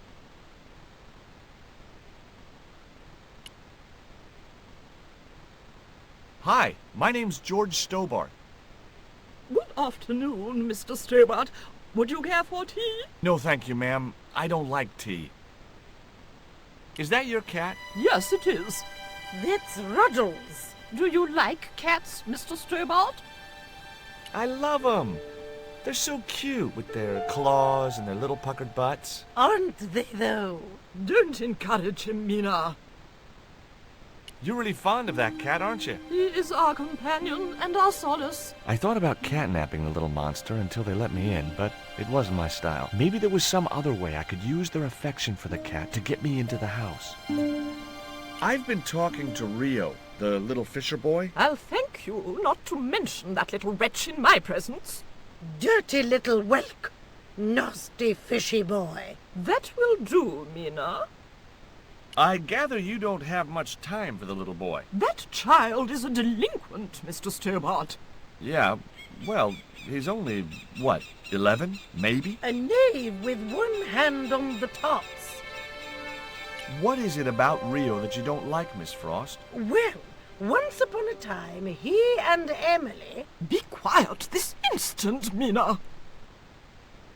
What can you tell me about Emily? Emily? What business can she be of yours? Her parents were killed in a typhoon. We, as her only living relatives, took it upon ourselves to raise the child. That's good to know Charity isn't dead. Oh, but she is.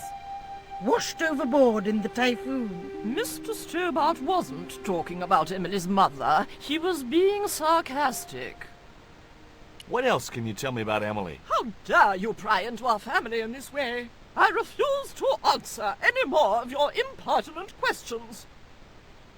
Okay, it was time for diversionary tactics. I thought I saw a little girl down on the beach. You must be mistaken. He must be mistaken. Mustn't he, Frost? I'm sure I'm not. A little girl and that young fisher boy. What? It's not possible. What were they doing? Oh, the kinds of things that all little boys and girls get up to at their age. When I was a little girl, we used to play cows and milkmaids. Well betide you if you're lying to us, Mr. Stobart. Heaven help you.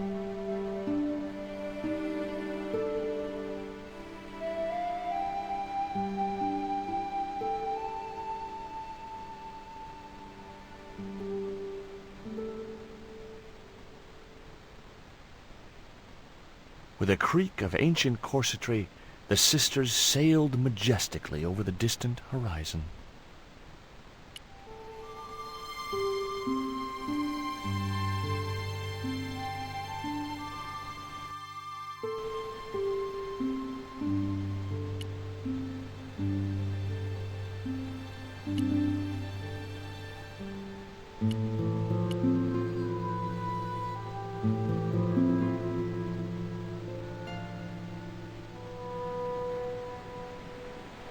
Can you let me have a fish, kid? I thought you say you don't like fish. It's not for me. It's a present. For the old ladies? Well, it makes a change from flowers and candy. No, it's for their cat. Okay. What do I get out of it? I can pay you. I've got Quaramontian dollars, French francs, and traveler's checks. You must be joking. The nearest bank is 3 islands away. Is this worm worth a fish? Could be good bait. How did it die? I think it drowned in tequila. Just like my Uncle Gabriel. Yeah, I'll have that. Okay, I'll get you a fish. It might take a while, though.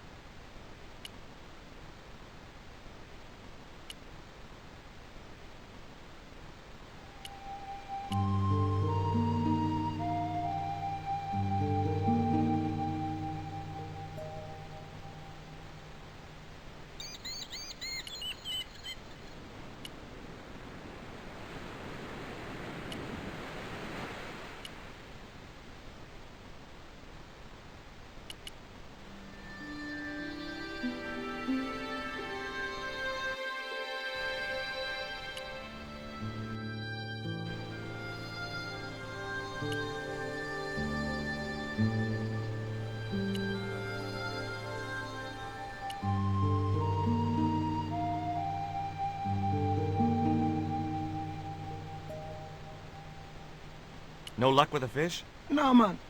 They don't want bite. That's 'cause they know there's a storm brewing. Storm? I don't think so. Hey! I caught a bite! You have? It's a big one! A real big one! Reel him in, Rio. Jeez, it must be a whale or something.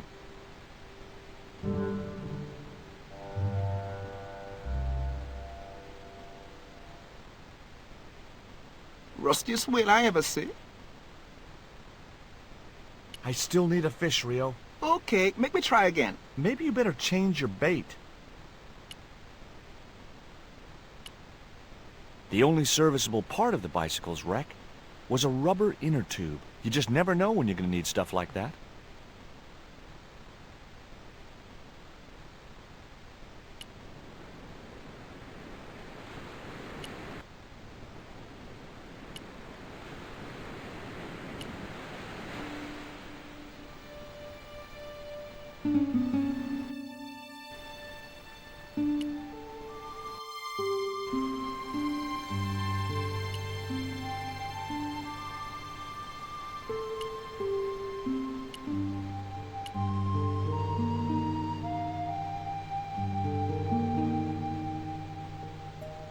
There's a fish, my man. I can't put it in my pocket while it's flapping about like that. No problem.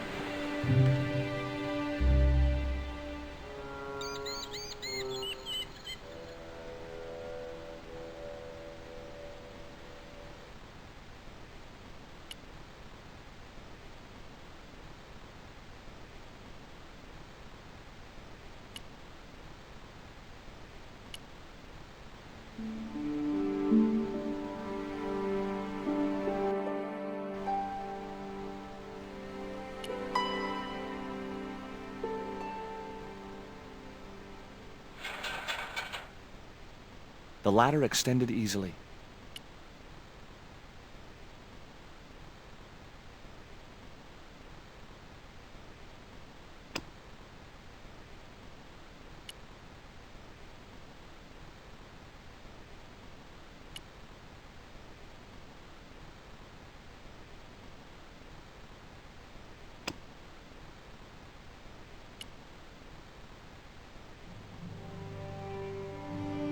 That should get the old cat dancing. I just hoped it didn't give itself a cardiac.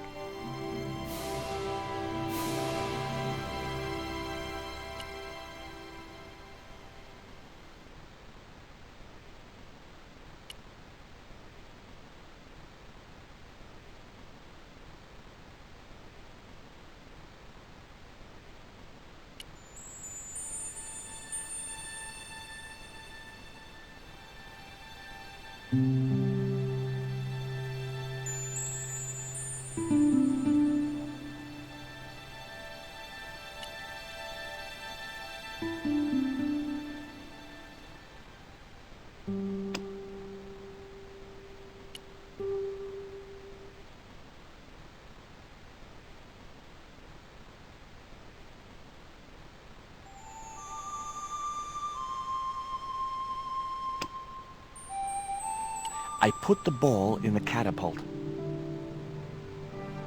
Took aim. Yes! Okay, so it was a lucky shot, but I'd knocked the theodolite target clean off the end of the flagpole.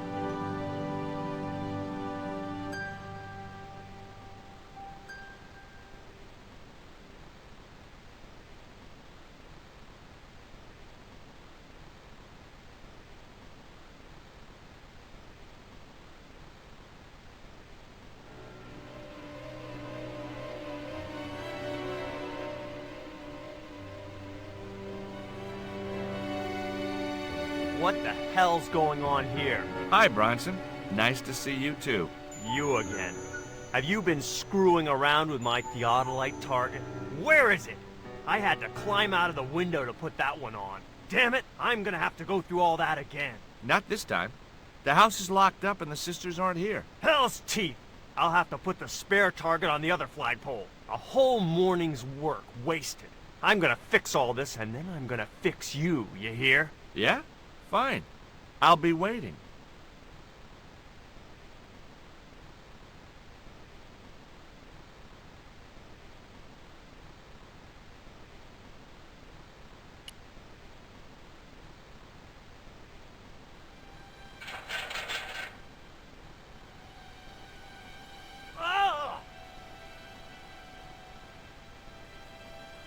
What you doing, Bronson? Just hanging around? I'm gonna kill you for this, Stobart! Get me down from here! What, so you can kill me? Gee, you talked me out of it, Bronson. I felt a little guilty about leaving Bronson up there, but not much, obviously. The marker was a bright, shiny thing, and I have a weakness for bright, shiny things. It wasn't going to be much use without the theodolite, though.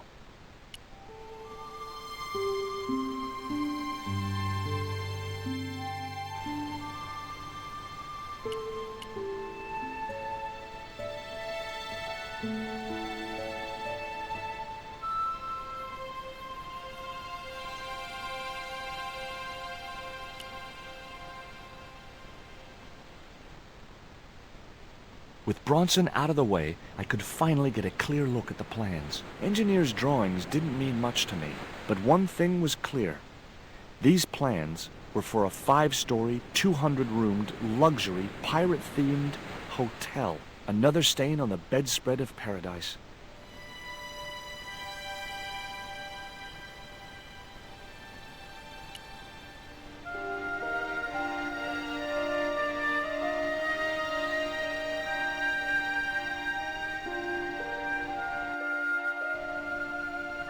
You there! Why is Mr. Bronson hanging from that flagpole? He climbed up there of his own accord. Then help him, you stupid man! Quickly, before he falls!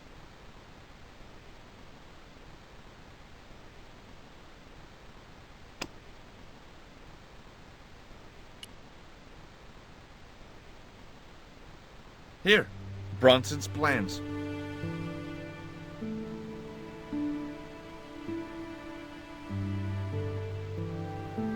This means nothing to me.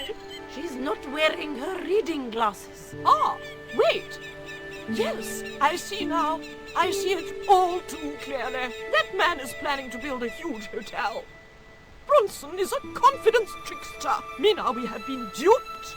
I'm glad we didn't sign his contract. Oh, I hate tricksters. Especially confident ones. Come, Mina.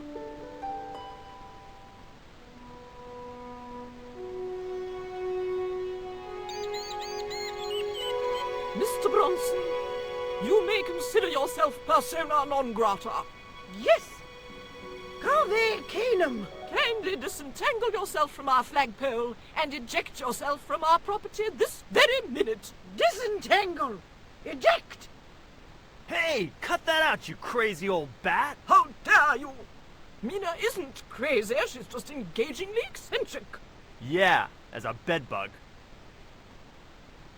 Ouch! Lovely as this little vista is, I'd be really grateful if you could let me into the museum now. Certainly, young man.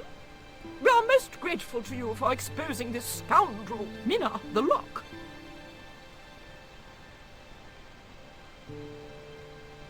Thanks, ladies. Stobart, be a pal. Get these harpies off me. Ooh!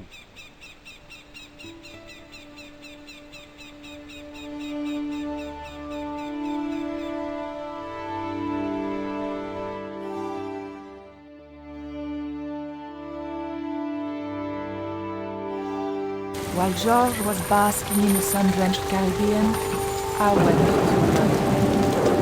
It was a long shot, but I thought I'd start my search for the Jaguar Stone at the British Museum.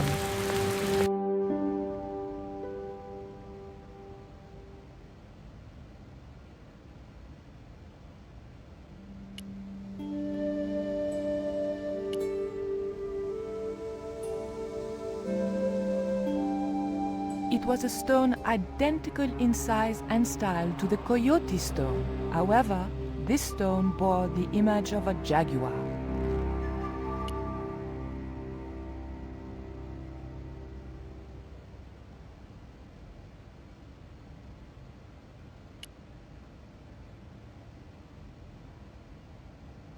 It was a small flat square of polished obsidian, nothing like the one I was looking for.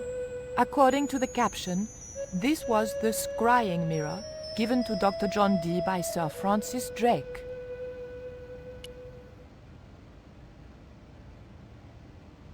Can I help you, miss?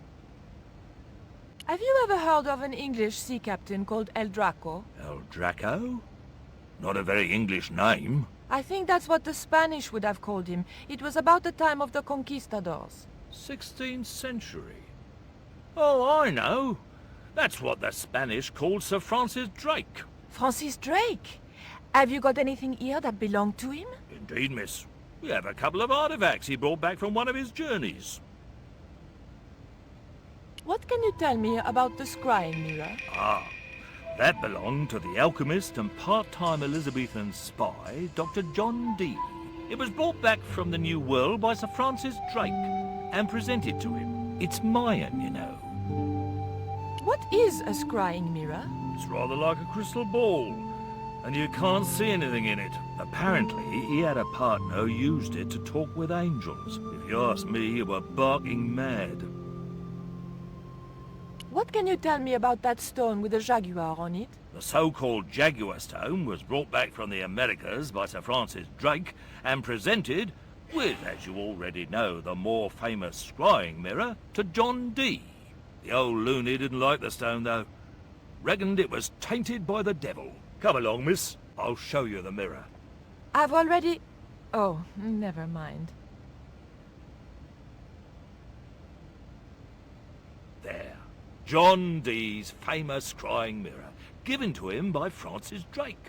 Do you know if this mirror has any relevance to Tezcatlipoca? Who? I can't even say it. Ah, there's someone here who'll be able to help you better than me.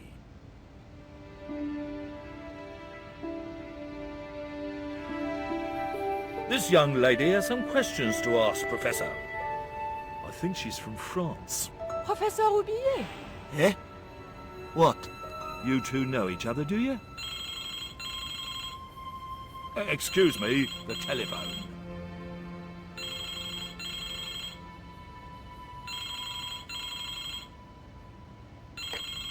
We meet again. Mademoiselle, France, eh? Yes, I believe that's where you live, Professor. I have a house there, on the outskirts of Paris, but I haven't been back for many months. I want to warn you about Karzak. Really? My dear girl, there's nothing you can tell me about Karzak I don't already know. You're surprised I teamed up with him? An astute step on my behalf, even if I say so myself. His money has enabled me to continue my important archaeological research.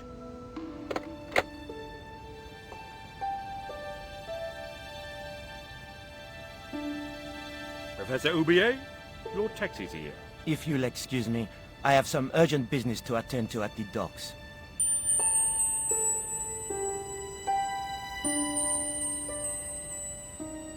Can you answer me some questions about the Jaguar Stone? Certainly, miss. If you just step this way.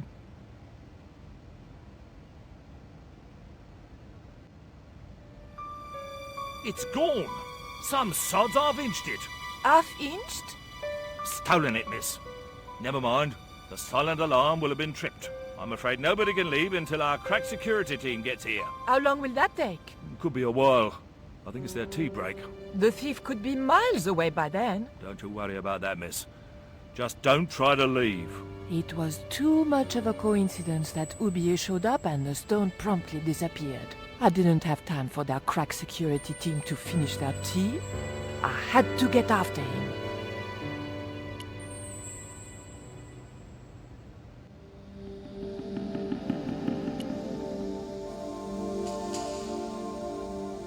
Don't you think it's suspicious that Roubillier has urgent business at the docks? Not in the slightest, young lady. He's gone to oversee the unloading of cargo, an exhibition of Mayan sculpture on loan from Mexico City. What's the name of the ship? The Xibalba Princess, moored down by Tower Bridge. Why do you ask? Just wondering. Look at this. The thief left this key in the cabinet. Oh dear. Oh dear, oh dear, oh dear. That makes the theft an inside job, right? Oh dear. In other words, the thief was Professor Roubillier. Well, let's leave that for the police to decide, shall we? I better phone them right away.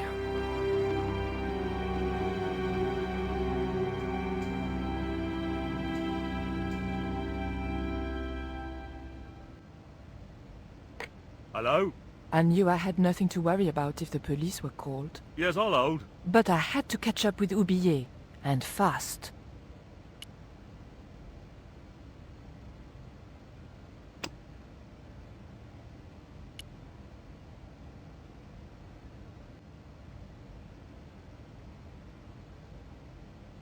The key unlocked the case.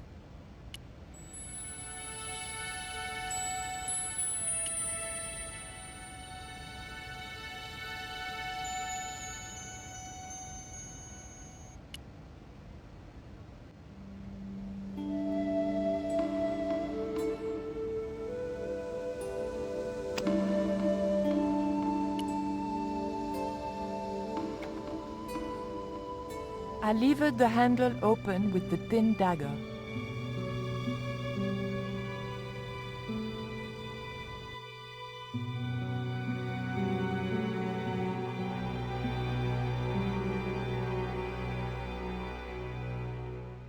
The room had been decorated to resemble the interior of a sailing ship. It was disturbingly effective. March 20th, 1670 fix. Engaged frigate off Fan Salvador? It was garbage. Huh. I guess being a pirate didn't require too many academic qualifications. The passage went on to describe how Ketch had got wind of the approach of a fleet of English ships. It seemed the new governor had not shared his predecessor's views on Ketch's activities. They were out for his blood. Sailed to that place where I made secure my fortune. I returned safe in the knowledge that the governor shall not discover that which I had hidden. For is it not writ that 'tis easier for a camel to pass through the eye of a needle?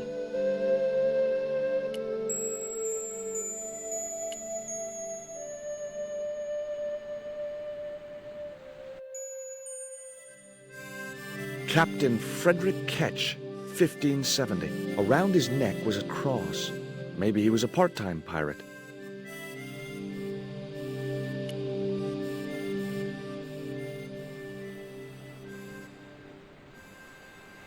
Okay, I've had my hands on an historical document. Now what?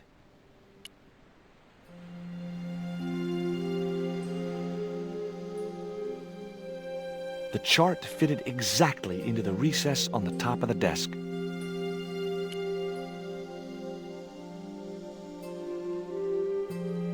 Holding that lantern, I felt kinda biblical. Like Jesus or Florence Nightingale.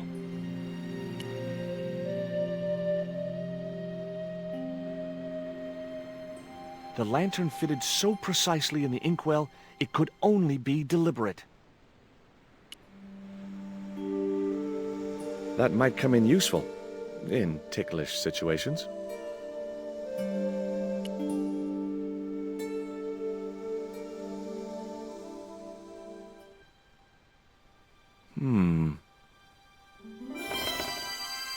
Surprise!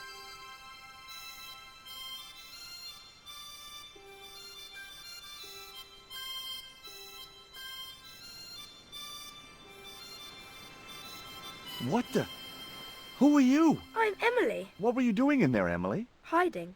What are you doing here? Grown-up stuff. Grown-ups? Pfft. I'm never gonna grow up, I'm not. You shouldn't be here. What's your name? I'm George. Pleased to meet you, Jaws. George. Jaws? Jeez. Make your mind up. What can you tell me about Captain Ketch? That's him on the wall, in the picture. Yeah, I know. Scary-looking guy, huh? He was my great-great-great-great-grandfather. Yeah, you have his eyes. That cross you're wearing, Emily, It's my lucky Jesus cross. it's just like the one Captain Ketch wore. Uh-huh. Can I borrow it? Uh-uh. What would you trade for that cross, Emily? A puppy. Well, I don't happen to have a puppy in my pocket right now. Can you think of anything else you'd trade? Don't know.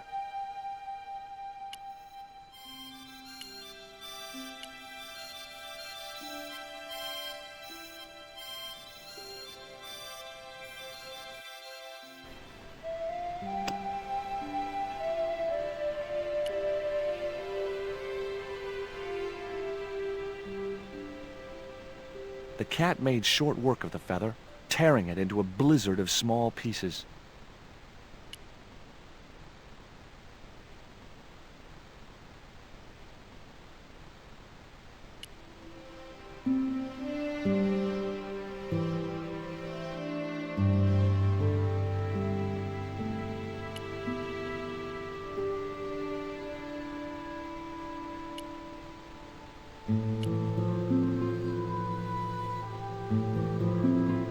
was nothing else on the bicycle wreck I could use.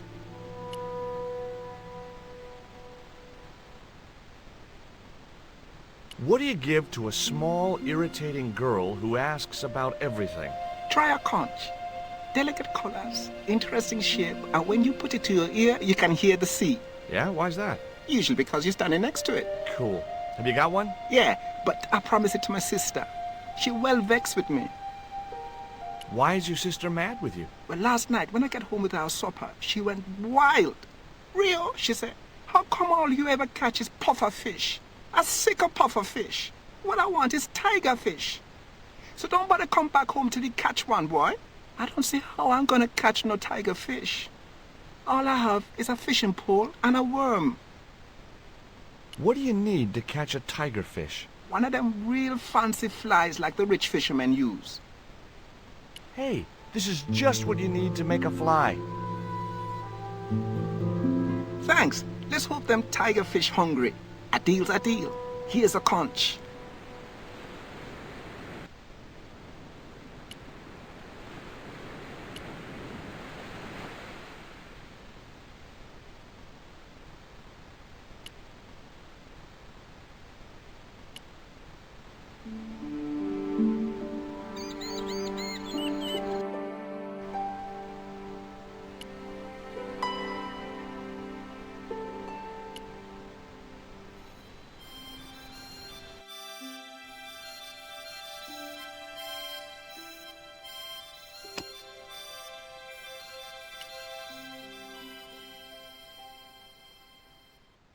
Why don't you run along and play? Aunt Mina told me, stay out of mischief. Well, that doesn't mean you have to stay indoors, does it? On a beautiful day like today? There's a storm coming. Oh, nuts. You don't know that. I do so. I can see the whole world from the window. Yeah, well, like I said, I'm busy. Here, I've got a conch. Would you like it? Dunno. Aunt Frost told me never to take presents from strange men. I'm not a strange man. Then why are you called Jaws, Jaws? That's a stupid name. I'm not called... Look, conch, pretty. Swap for the cross, yes or no? Right, this thing's going out the window. Okay, we'll do swapsies.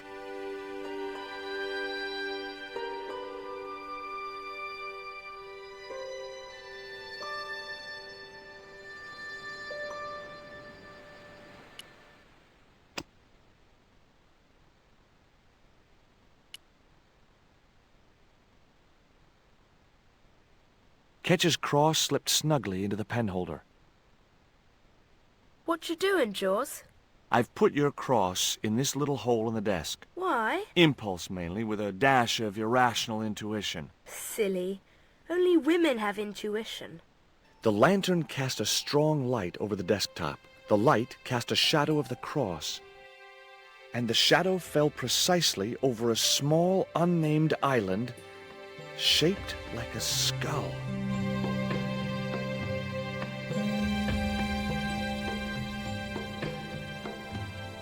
That must be it. Ketch's Treasure Island. Uh-oh. That's Zombie Island. It's a bad place. No kidding? Well, bad place or not, that's my next port of call. Can I come too? The hell you can. I never get to leave the house.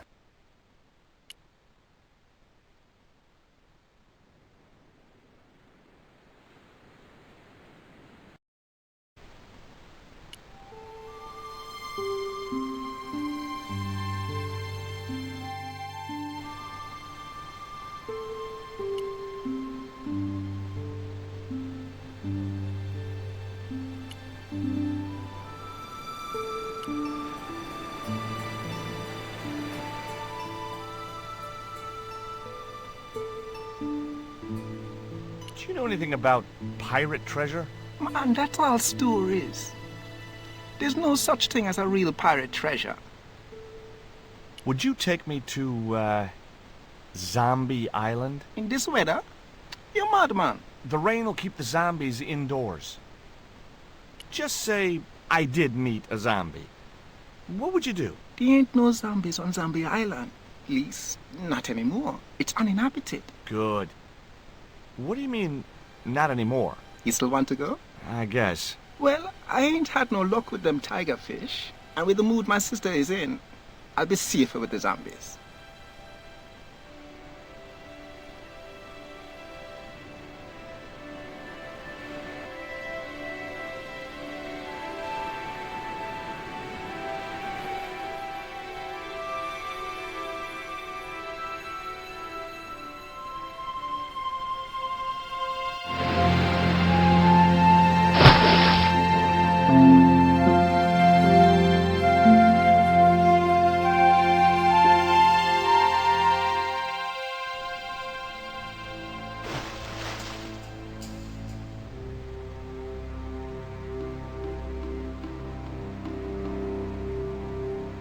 So, this was Zombie Island. Somehow I'd been expecting something more sinister. Come on, Rio. Let's find that treasure. No, thanks. I'm staying right here. Oh, come on. You said yourself there's no zombies left. Yeah, but that was while there was a big pile of seawater between me and this place. All me have now is this little bit between the boat and the shore, and I'm hanging on to it. Rio's boat was strewn with fishing nets and tackle.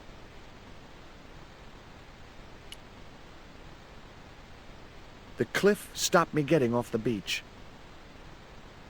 The outcrop was about the only feature on the cliff face.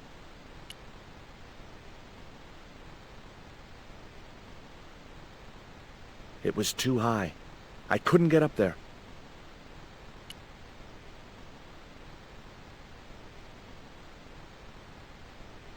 Could I borrow your net? Yeah, man, no problem.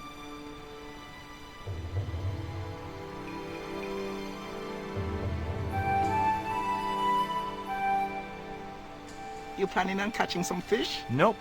I'm after a big rock.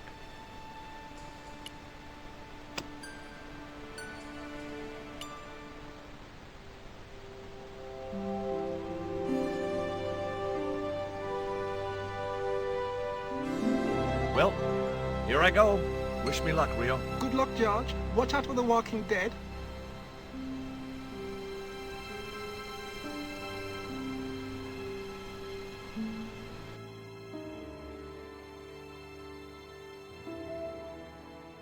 I stumbled down dark stairwells for what seemed like forever, until suddenly I found myself, wow, in an abandoned London Underground station. This place must have been closed down decades ago.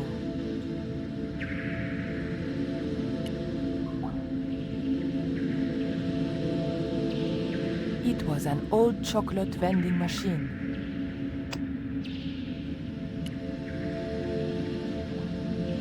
There was nothing very useful in my bag, just a single hair clip.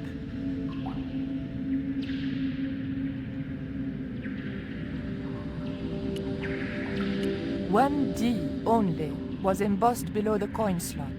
Something protruded slightly from the slot.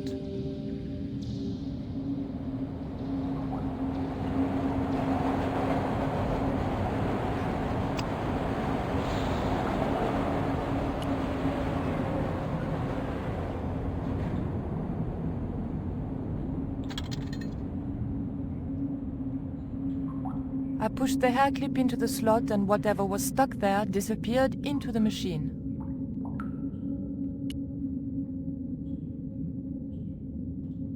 I pulled out an old English penny.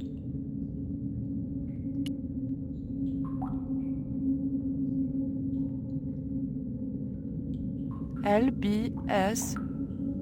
Lubs? What are lubs?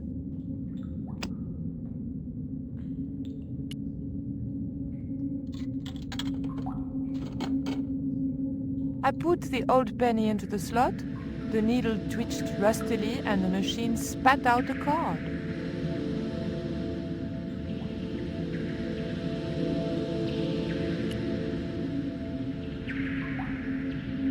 A latch lock stopped me getting into the cupboard.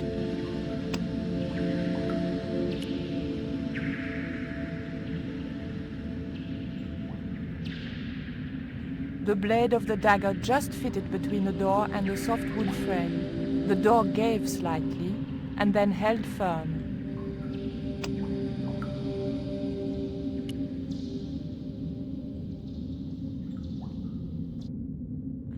I remembered my student days when I regularly forgot my house keys. A wiggle with the thick cord between the frame and the lock, and the latch lifted.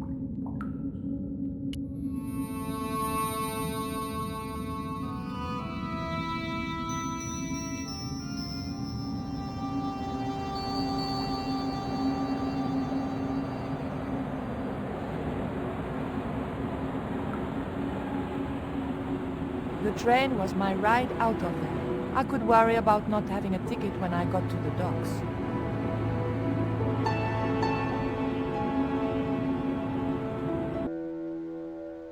Oh.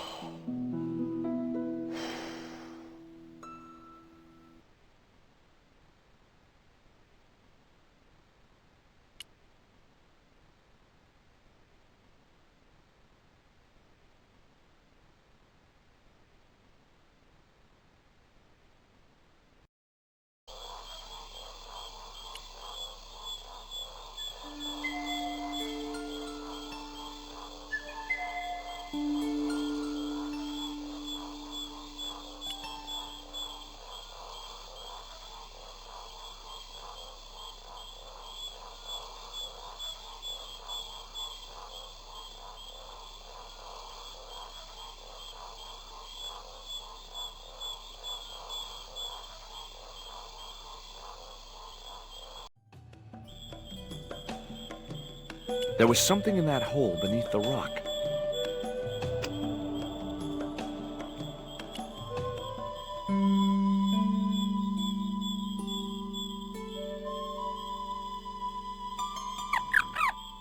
The end of the reed had been neatly bitten off. Now I knew what was living in there. A long-toothed, snarling, furry wild thing.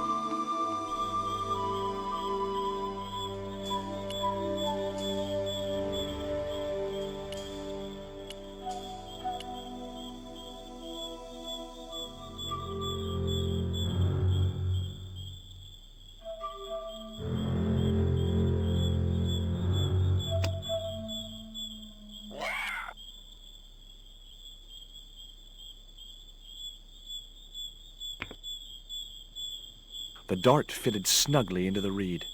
Great. I was tooled up and dangerous.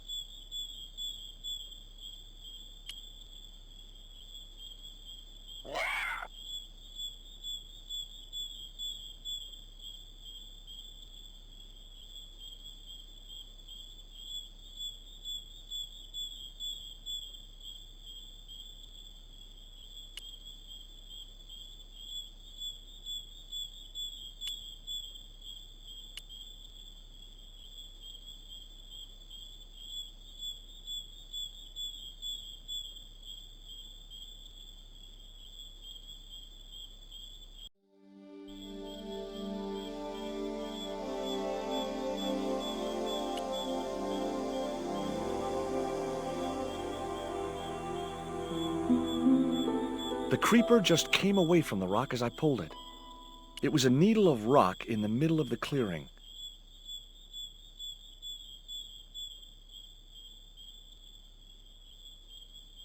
It didn't look like a natural formation. I remembered Ketch's log. For is it not writ that 'tis easier for a camel to pass through the eye of a needle? Seemed pretty relevant now.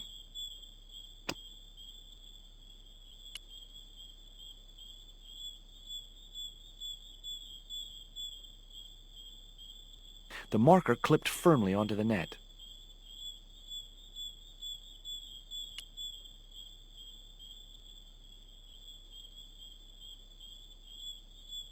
Great.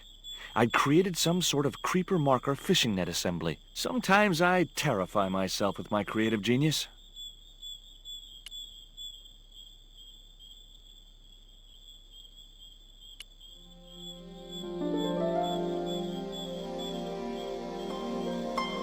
I'd successfully got the marker into a position near the top of the needle simply by using the kind of lateral thinking that can get you institutionalized.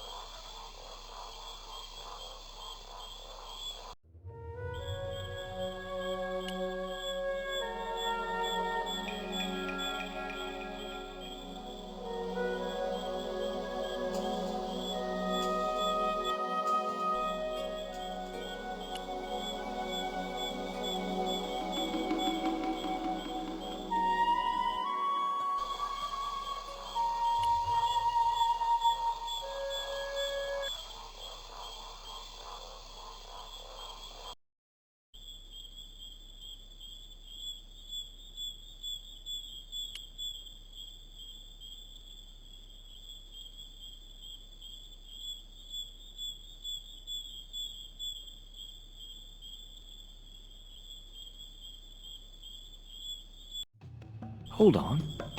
I've been here before. Haven't I?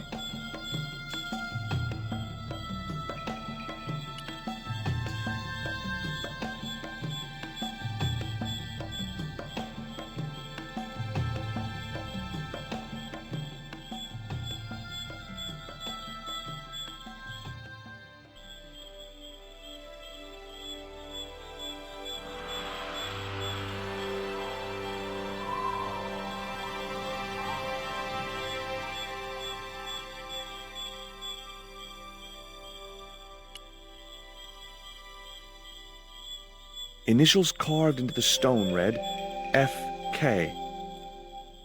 Frederick Ketch had been here.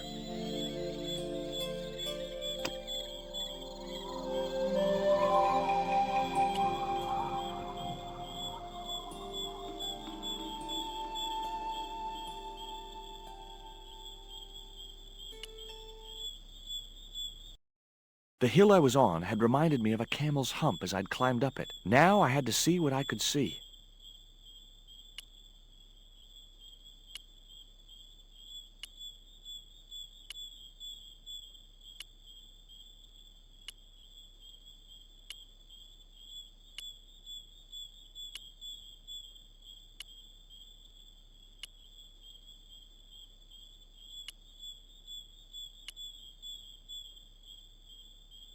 It was the marker which I had raised up the needle of rock. I could see the marker I had fastened on the rock down in the forest, and right in line with it, that had to be where Ketch had hidden his treasure.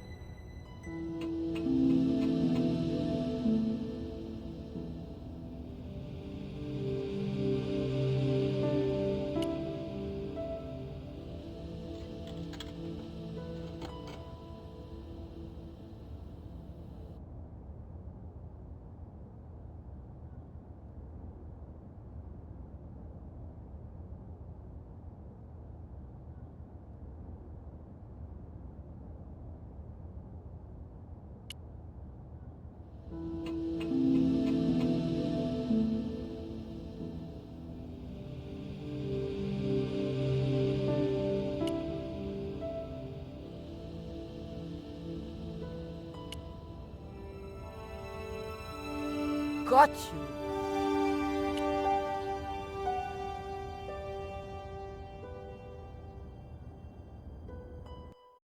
But the collar woman was there. They'll know it was me. But you have the stone. The right stone, you're sure? Yes, of course, it's the Jaguar stone. No possible mistake. Here it is. Karzak, please.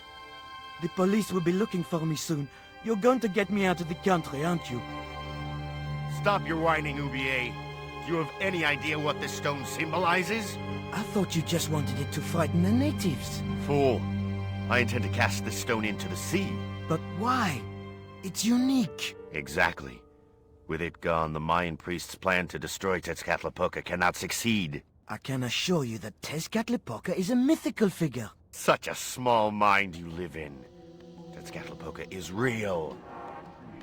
I have seen him in my dreams. We have spoken of his plans for this world. We have spoken of your part in these plans.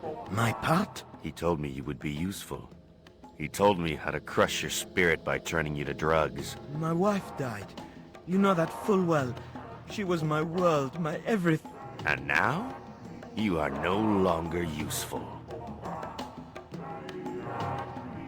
She called out your name as she died, you know. What?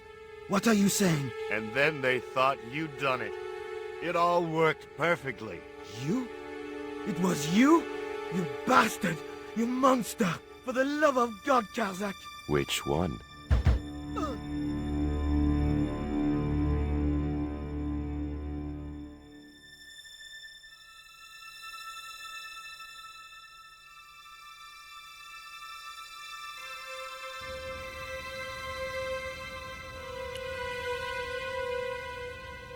There were no signs of life, but I checked that Oublier really was beyond help. We were going to need the stone to thwart Karzak. I knew Oublier would have approved. It was the Jaguar stone, all right.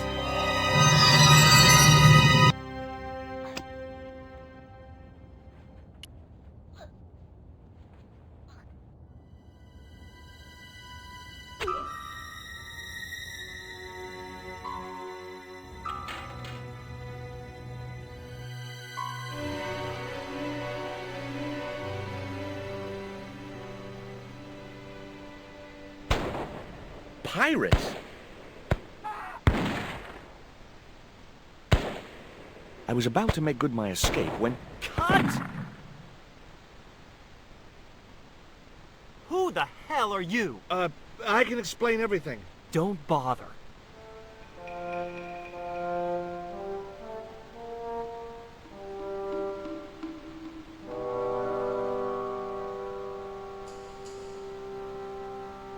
I'm sorry. I didn't realize you were making a movie.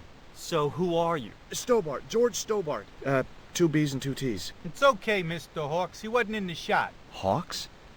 This had to be Carlton Hawks, the newest enfant terrible of Tinseltown. I'd read about him. Mailroom boy makes good. Nice to know it was still possible to get to be a director armed with only an encyclopedic knowledge of postal charges. Stay out of the way, surfer boy. I'll deal with you later. Surfer boy?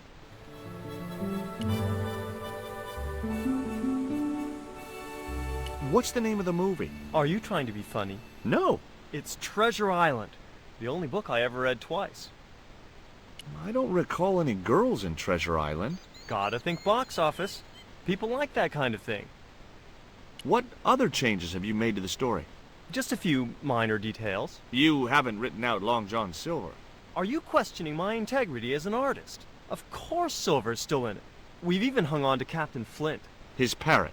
His trained attack falcon. Why do you think Blind Pew's blind? Did you say you've changed the ending of the story? That's right. Do they find the treasure? Yeah, but that comes later, after they've escaped the volcanic eruption. A volcano? Sure. Krakatoa. All the millions spent on a movie, and nobody thinks to buy an atlas. You know what the locals call this place, don't you? No, but I guess you're gonna tell me. Zombie Island. Zombies? A crazed gleam came into his eye. Get me the writers. Get me makeup. I want zombie pirates in this movie by the end of today.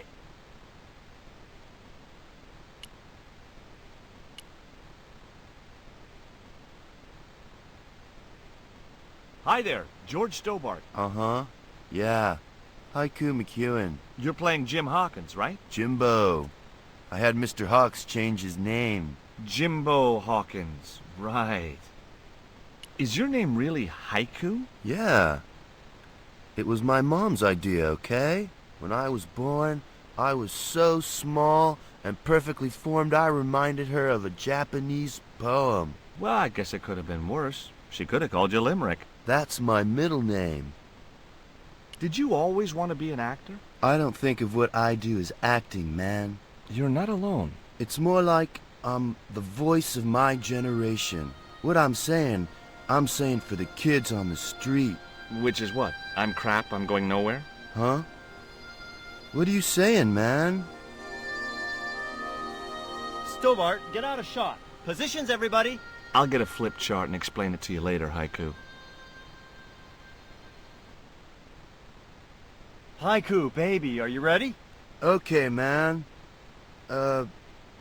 Which scene is this?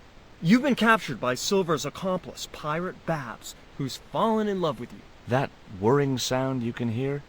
It's Robert Louis Stevenson spinning in his grave. Okay, people. Top of page 76, Sharon. What about my big speech? It's been cut. Everybody ready? Up to speed. Quiet on the set. Okay, let's make magic. Oh, please. And action! Why don't you forget that dumb old squire and his bunch of merry men? Can't you see we were made for each other? I know, but Squire Trelawney saved my life, Captain Babs. Why, if it hadn't have been for him, that giant octopus would have made mincemeat out of me. But right now he thinks you're a traitor. He's locked you out of the stockade, Jimbo. That 20-foot-high wall with spikes might have kept out Silver's men, but it ain't gonna stop me. Oh, Jimbo. And cut! Good heavy breathing, Sharon. Natch, I'm a pro. Did you get the heavy breathing, Flash? Did I ever, boss? We should have made this movie in 3D. Haiku, you were great. We're setting up for the stunt now, so get a bite to eat.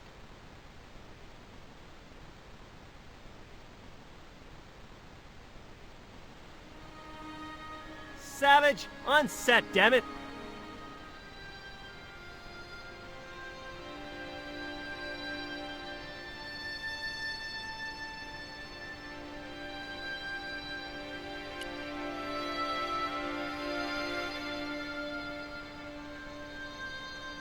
The bun was so stale it felt like a small rock.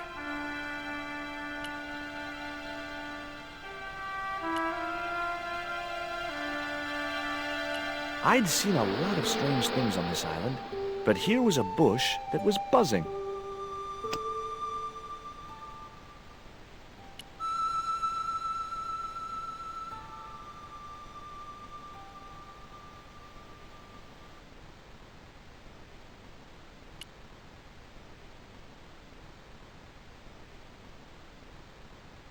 Hi, George Stobart. Hello, mate.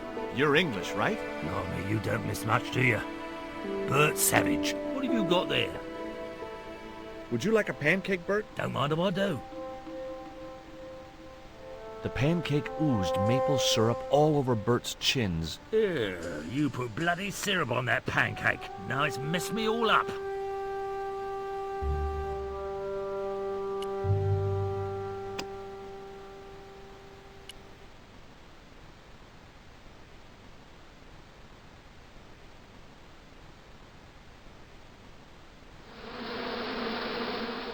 Those hornets were not pleased.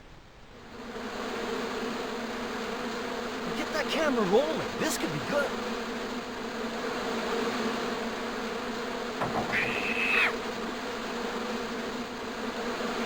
Cut and printed. That was brilliant, folks.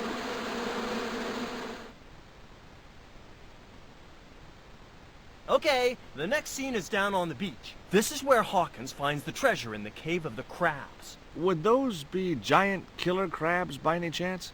Giant mutant killer crabs with attitude. There it was, the rock I'd seen from the camel's hump. Now that I was close up, I could make out a small cave near the top of the pillar.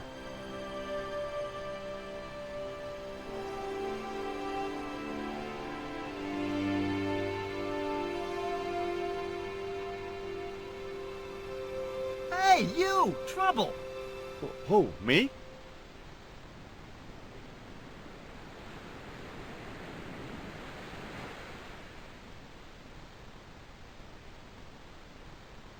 I want you to stay right where I can keep an eye on you. I'm not one of your lackeys, Hawks. I go where I like. Not here, you don't. The movie company has rented this island for the duration. You're trespassing. Do as you're told or you're gone.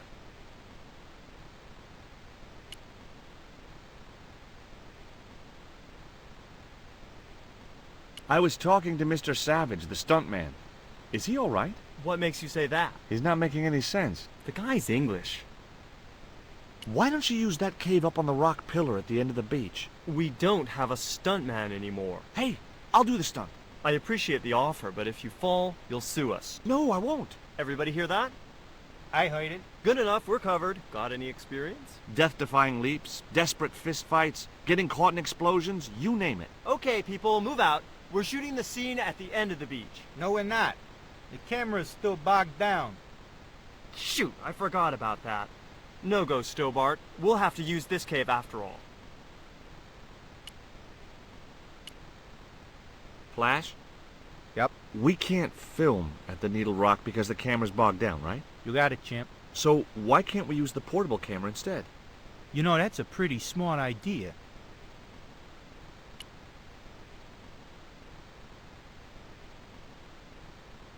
I've been talking to the cameraman. He's got a portable camera. So? So you can use the cave in that rock pillar at the end of the beach.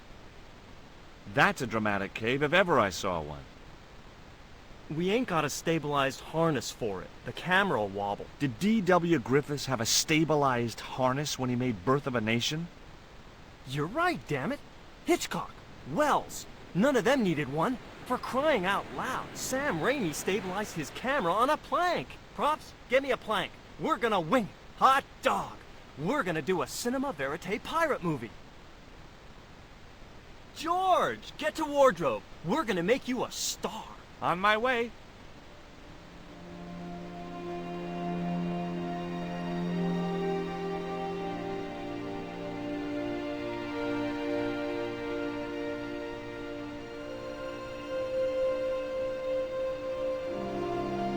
Ready when you are, Mr. Hawks.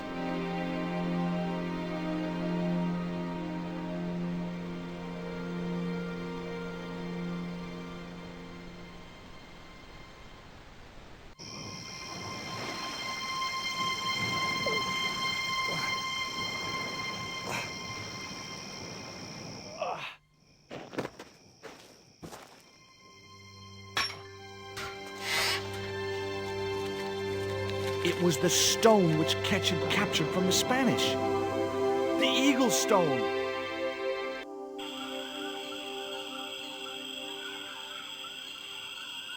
I returned to Quaramonte and found that Georges had left a message with Conchita.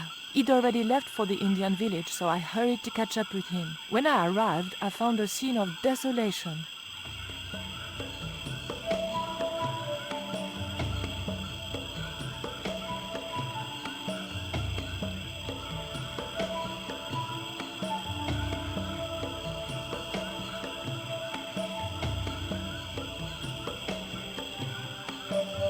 These sunglasses are Georges. Georges, where are you?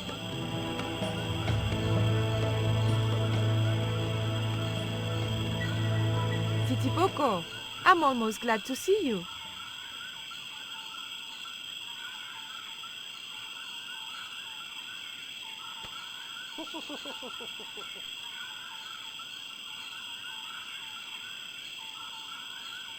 You little asshole, what happened here? Are you responsible for this? And where's Georges? Have you seen him? He was pointing to the remains of a burned-out hut.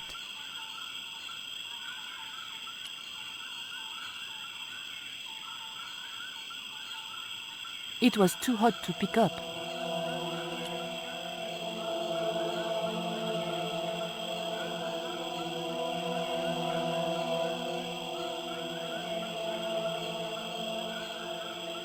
I just didn't have the strength to tip that barrel. Hey, Shorty! Make yourself useful and help me with this barrel.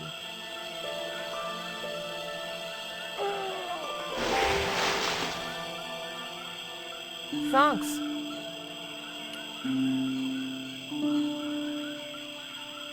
I recognize that. It's the Coyote Stone.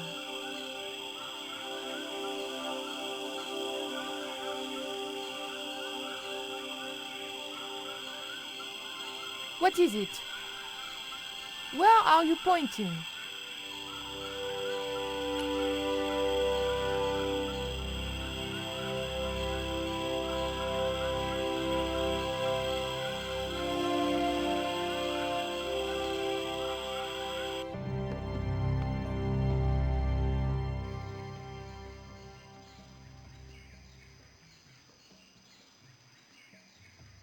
The scaffold gantry went all the way up the pyramid.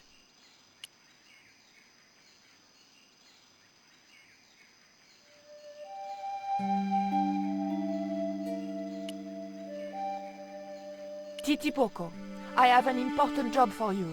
Take this rope to the top of this scaffolding and throw it over the top. Oh.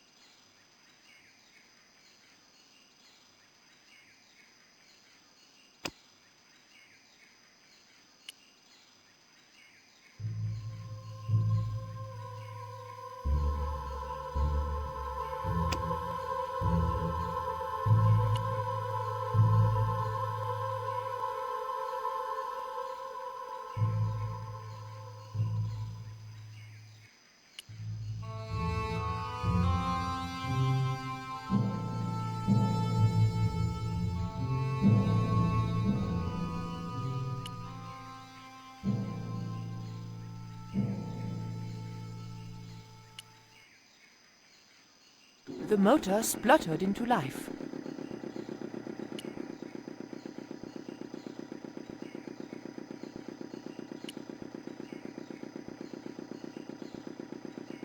Titipoco, when I tell you, I want you to copy what I am doing. Copy.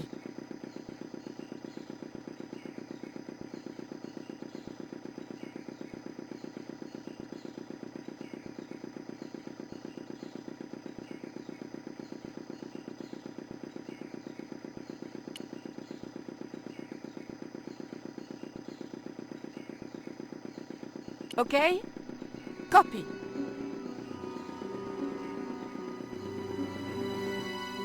Georges! I realized those bastards were going to sacrifice Georges to Tezcatlipoca over my dead body.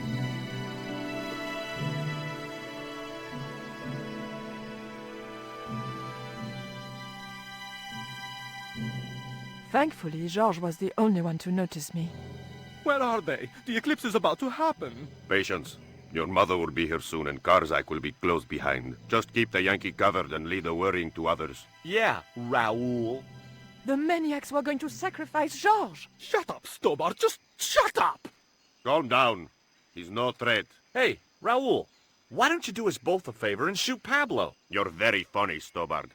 I haven't forgotten Marseille. When Karzak cuts your heart out, I'll be the one laughing. I'll bet I'm not the only one due for the chop around here either. Hey, Raoul? I'm warning you. Raoul was a bundle of raw nerves. I hoped George wouldn't push him too far.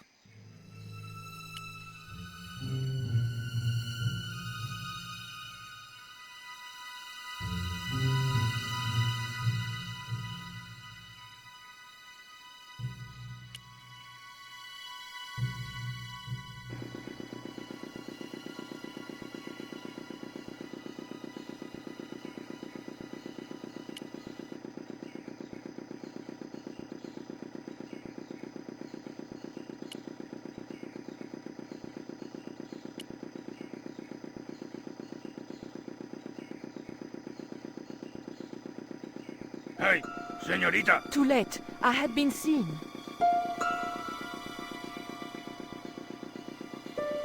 Bonjour, Capitaine. Only Sergeant, pretty one. What are you doing here?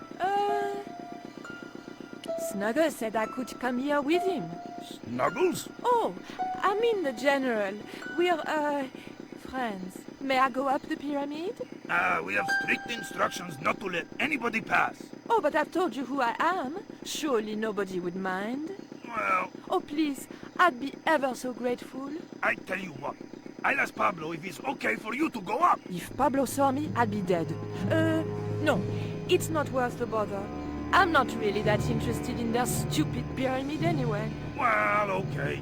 It's men's work up there anyway. I'll just run along and play around here, okay? Okay, you do that.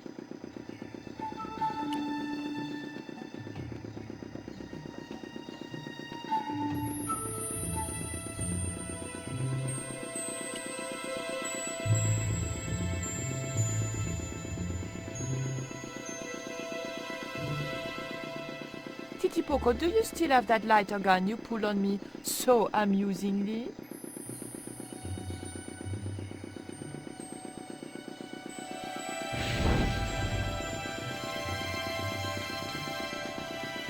What's going on over there? Do you need help, my pretty? Nothing's wrong. I dropped, a cigarette, but everything is under control. I'll have the fire out in a minute or two.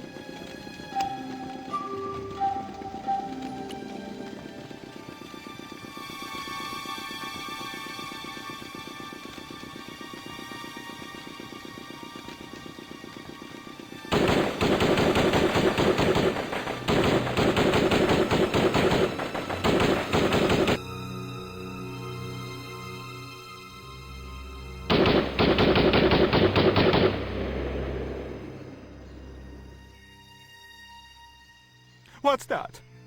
What's happening? Trouble. Give it up. The pyramid's surrounded. I'll find out what the trouble is. Watch Stubber doesn't pull any tricks. If he does, shoot him in the head, not through the heart. Why does it matter? He'll be dead either way. His heart belongs to Tezcatlipoca. That's not true. We just had dinner a couple of times.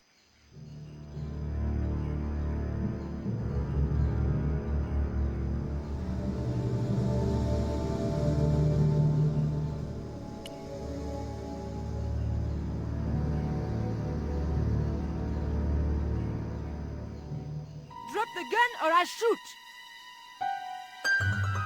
Please, don't hurt me! Don't worry yourself. My finger isn't loaded. Nico, what are you doing here? Firstly, I'm going to set Georges free, and then screw up Karzak's scheme. No, I can't let you do that. Karzak has promised me power. Raoul, wake up. The only thing Karzak has on offer is death. You may want to ask Oubier, except you can't. Karzak murdered him. You're lying. Oubier's in Europe. Sure, he's in Europe. In London, on a mortuary slab with 2 bullet holes in him. But Karzak promised. When he frees Tezcatlipoca, we'll all be granted great power. Listen to her, Raoul. Karzak's insane. I don't know. I need to think. You've let your mother do your thinking for you up to now. You need to think for yourself. Your mother and Karzak think alike. There's only one expendable member of the plan left, And that's you. Mother would never betray me. Oh, I'm tired of trying to reason with you, Raoul. Titipoco. Watch this man, and if he makes a move, shoot him with your gun.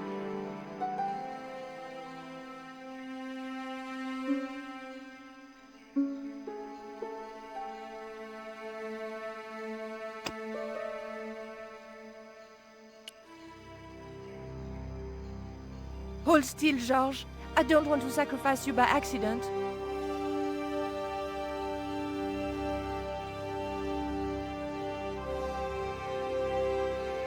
You have no idea how glad I am to see you. They were going to cut your heart out. I think I can guess. We can save the happy reunions for later. We've got to move. Come on!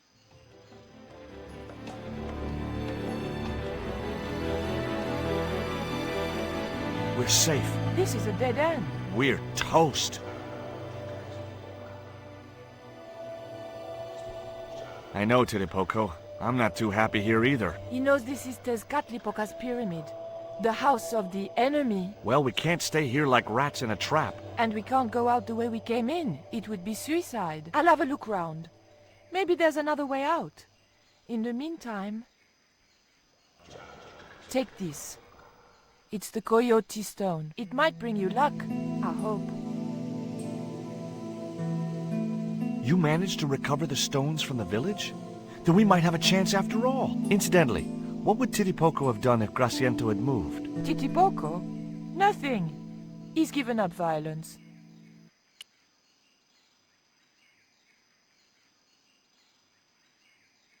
Oof! The lever was very difficult to move and appeared to do nothing anyway.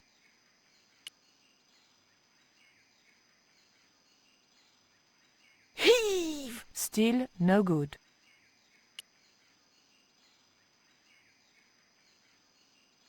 Georges? Yeah?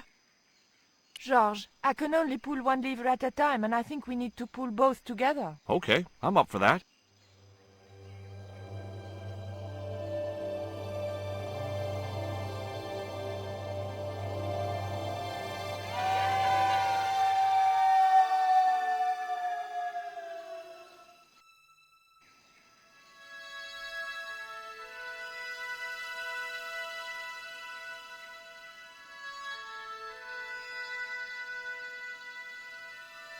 Raoul, there's something suspicious. This sacrifice! Where is it? Nico was here with Titipoco. They set him free. I couldn't stop them. You idiot! I should have strangled you at birth. Titipoco's gone soft. He wouldn't have hurt you. I know that. The darkness of this hun is almost upon us, and we have no sacrifice to appease Tezcatlipoca. Have you any idea what your incompetence will cost us? I think so. And I'm glad. What? The Mayans weren't fools. Tezcatlipoca should stay exactly where they put him. Finally got some backbone from somewhere, huh? Shame it's so late in the day. I'd rather die than see you and Karzak with the devil's power. Fine, we're still a sacrifice short. See, the eclipse begins. Pablo, kill him! Tezcatlipoca can feed upon his yellow heart. Nico was right all along, but it's still not too late. Come on then, Pablo. Let's see who sacrifices who.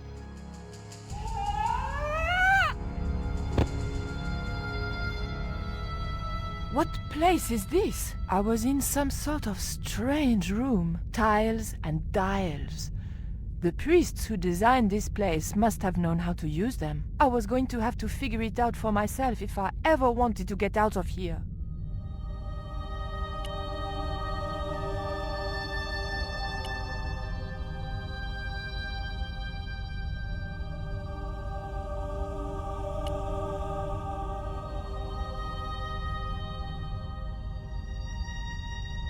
The tile moved slightly.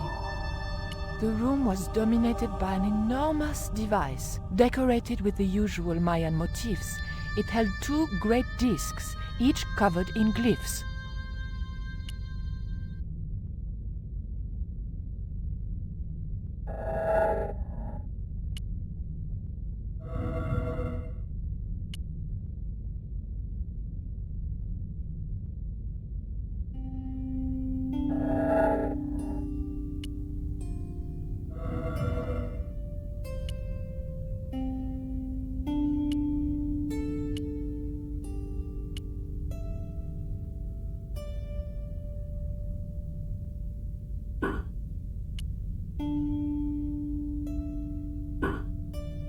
dial moved inwards and clicked home.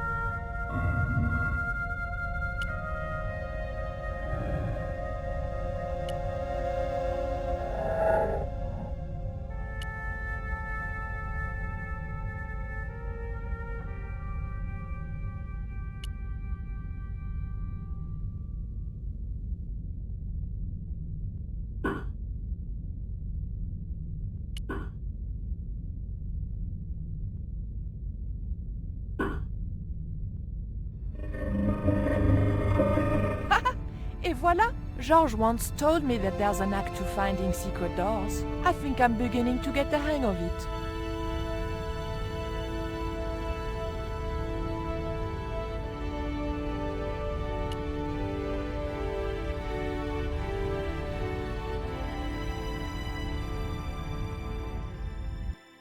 So I thought, This is it, you know? This is true love. Anyway, I have to leave for a few weeks, and when I come back, what do I find? Damn right. And with who? Labano, that creep. Huh? Yeah, that's exactly what I thought.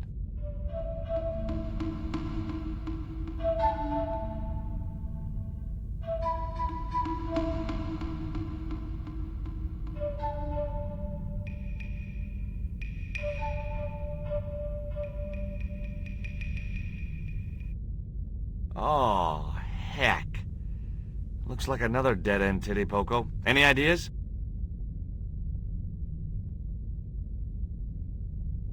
I was hoping for something a little more constructive. Never mind, I'll have a look around.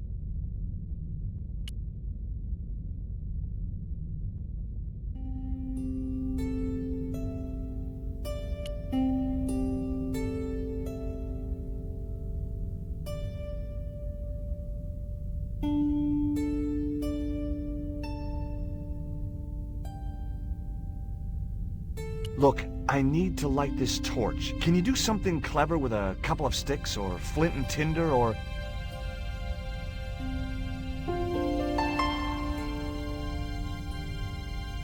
or a cheesy novelty cigarette lighter, as it turned out.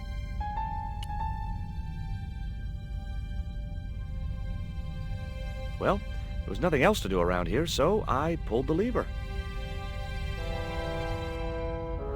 Nothing's happened. Oh, I hate that. Don't you hate that? Titty Poco? Oh my...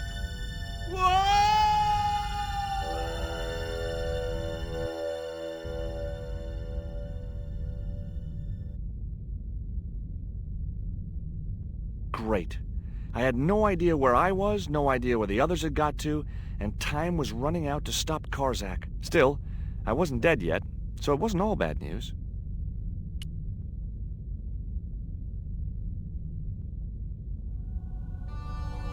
A stone slab that must have weighed tons sealed the door.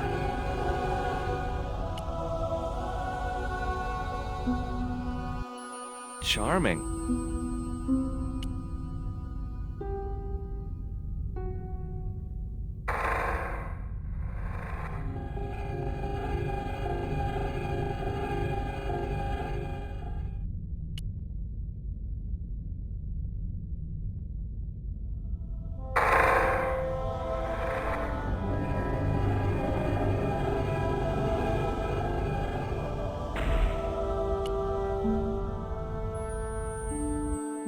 Every time I think this place can't get any spookier, it does.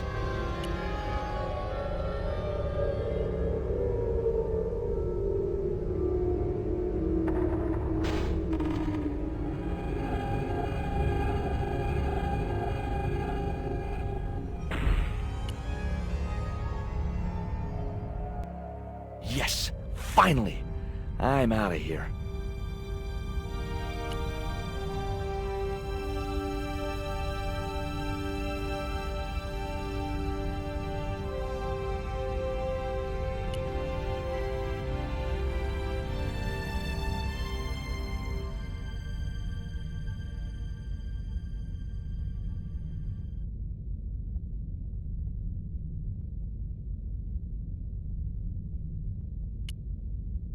Once more into the unknown.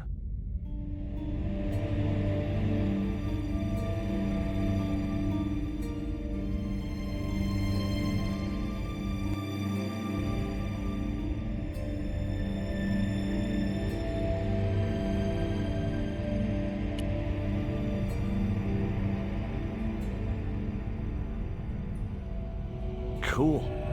Onwards and downwards, Mr. Stobart.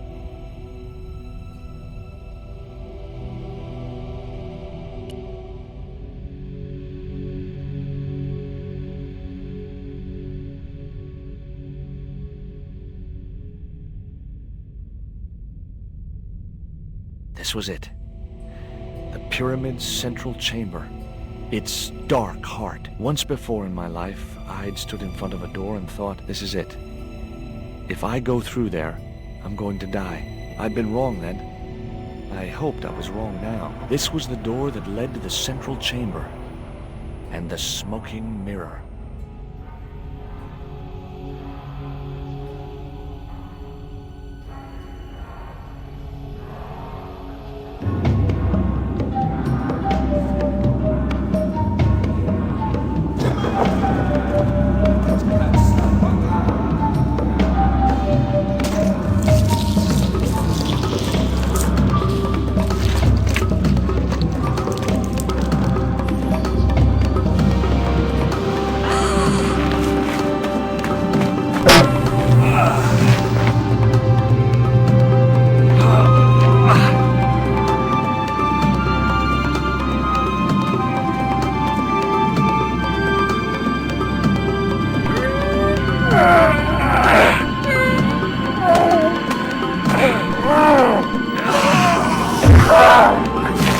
Understood.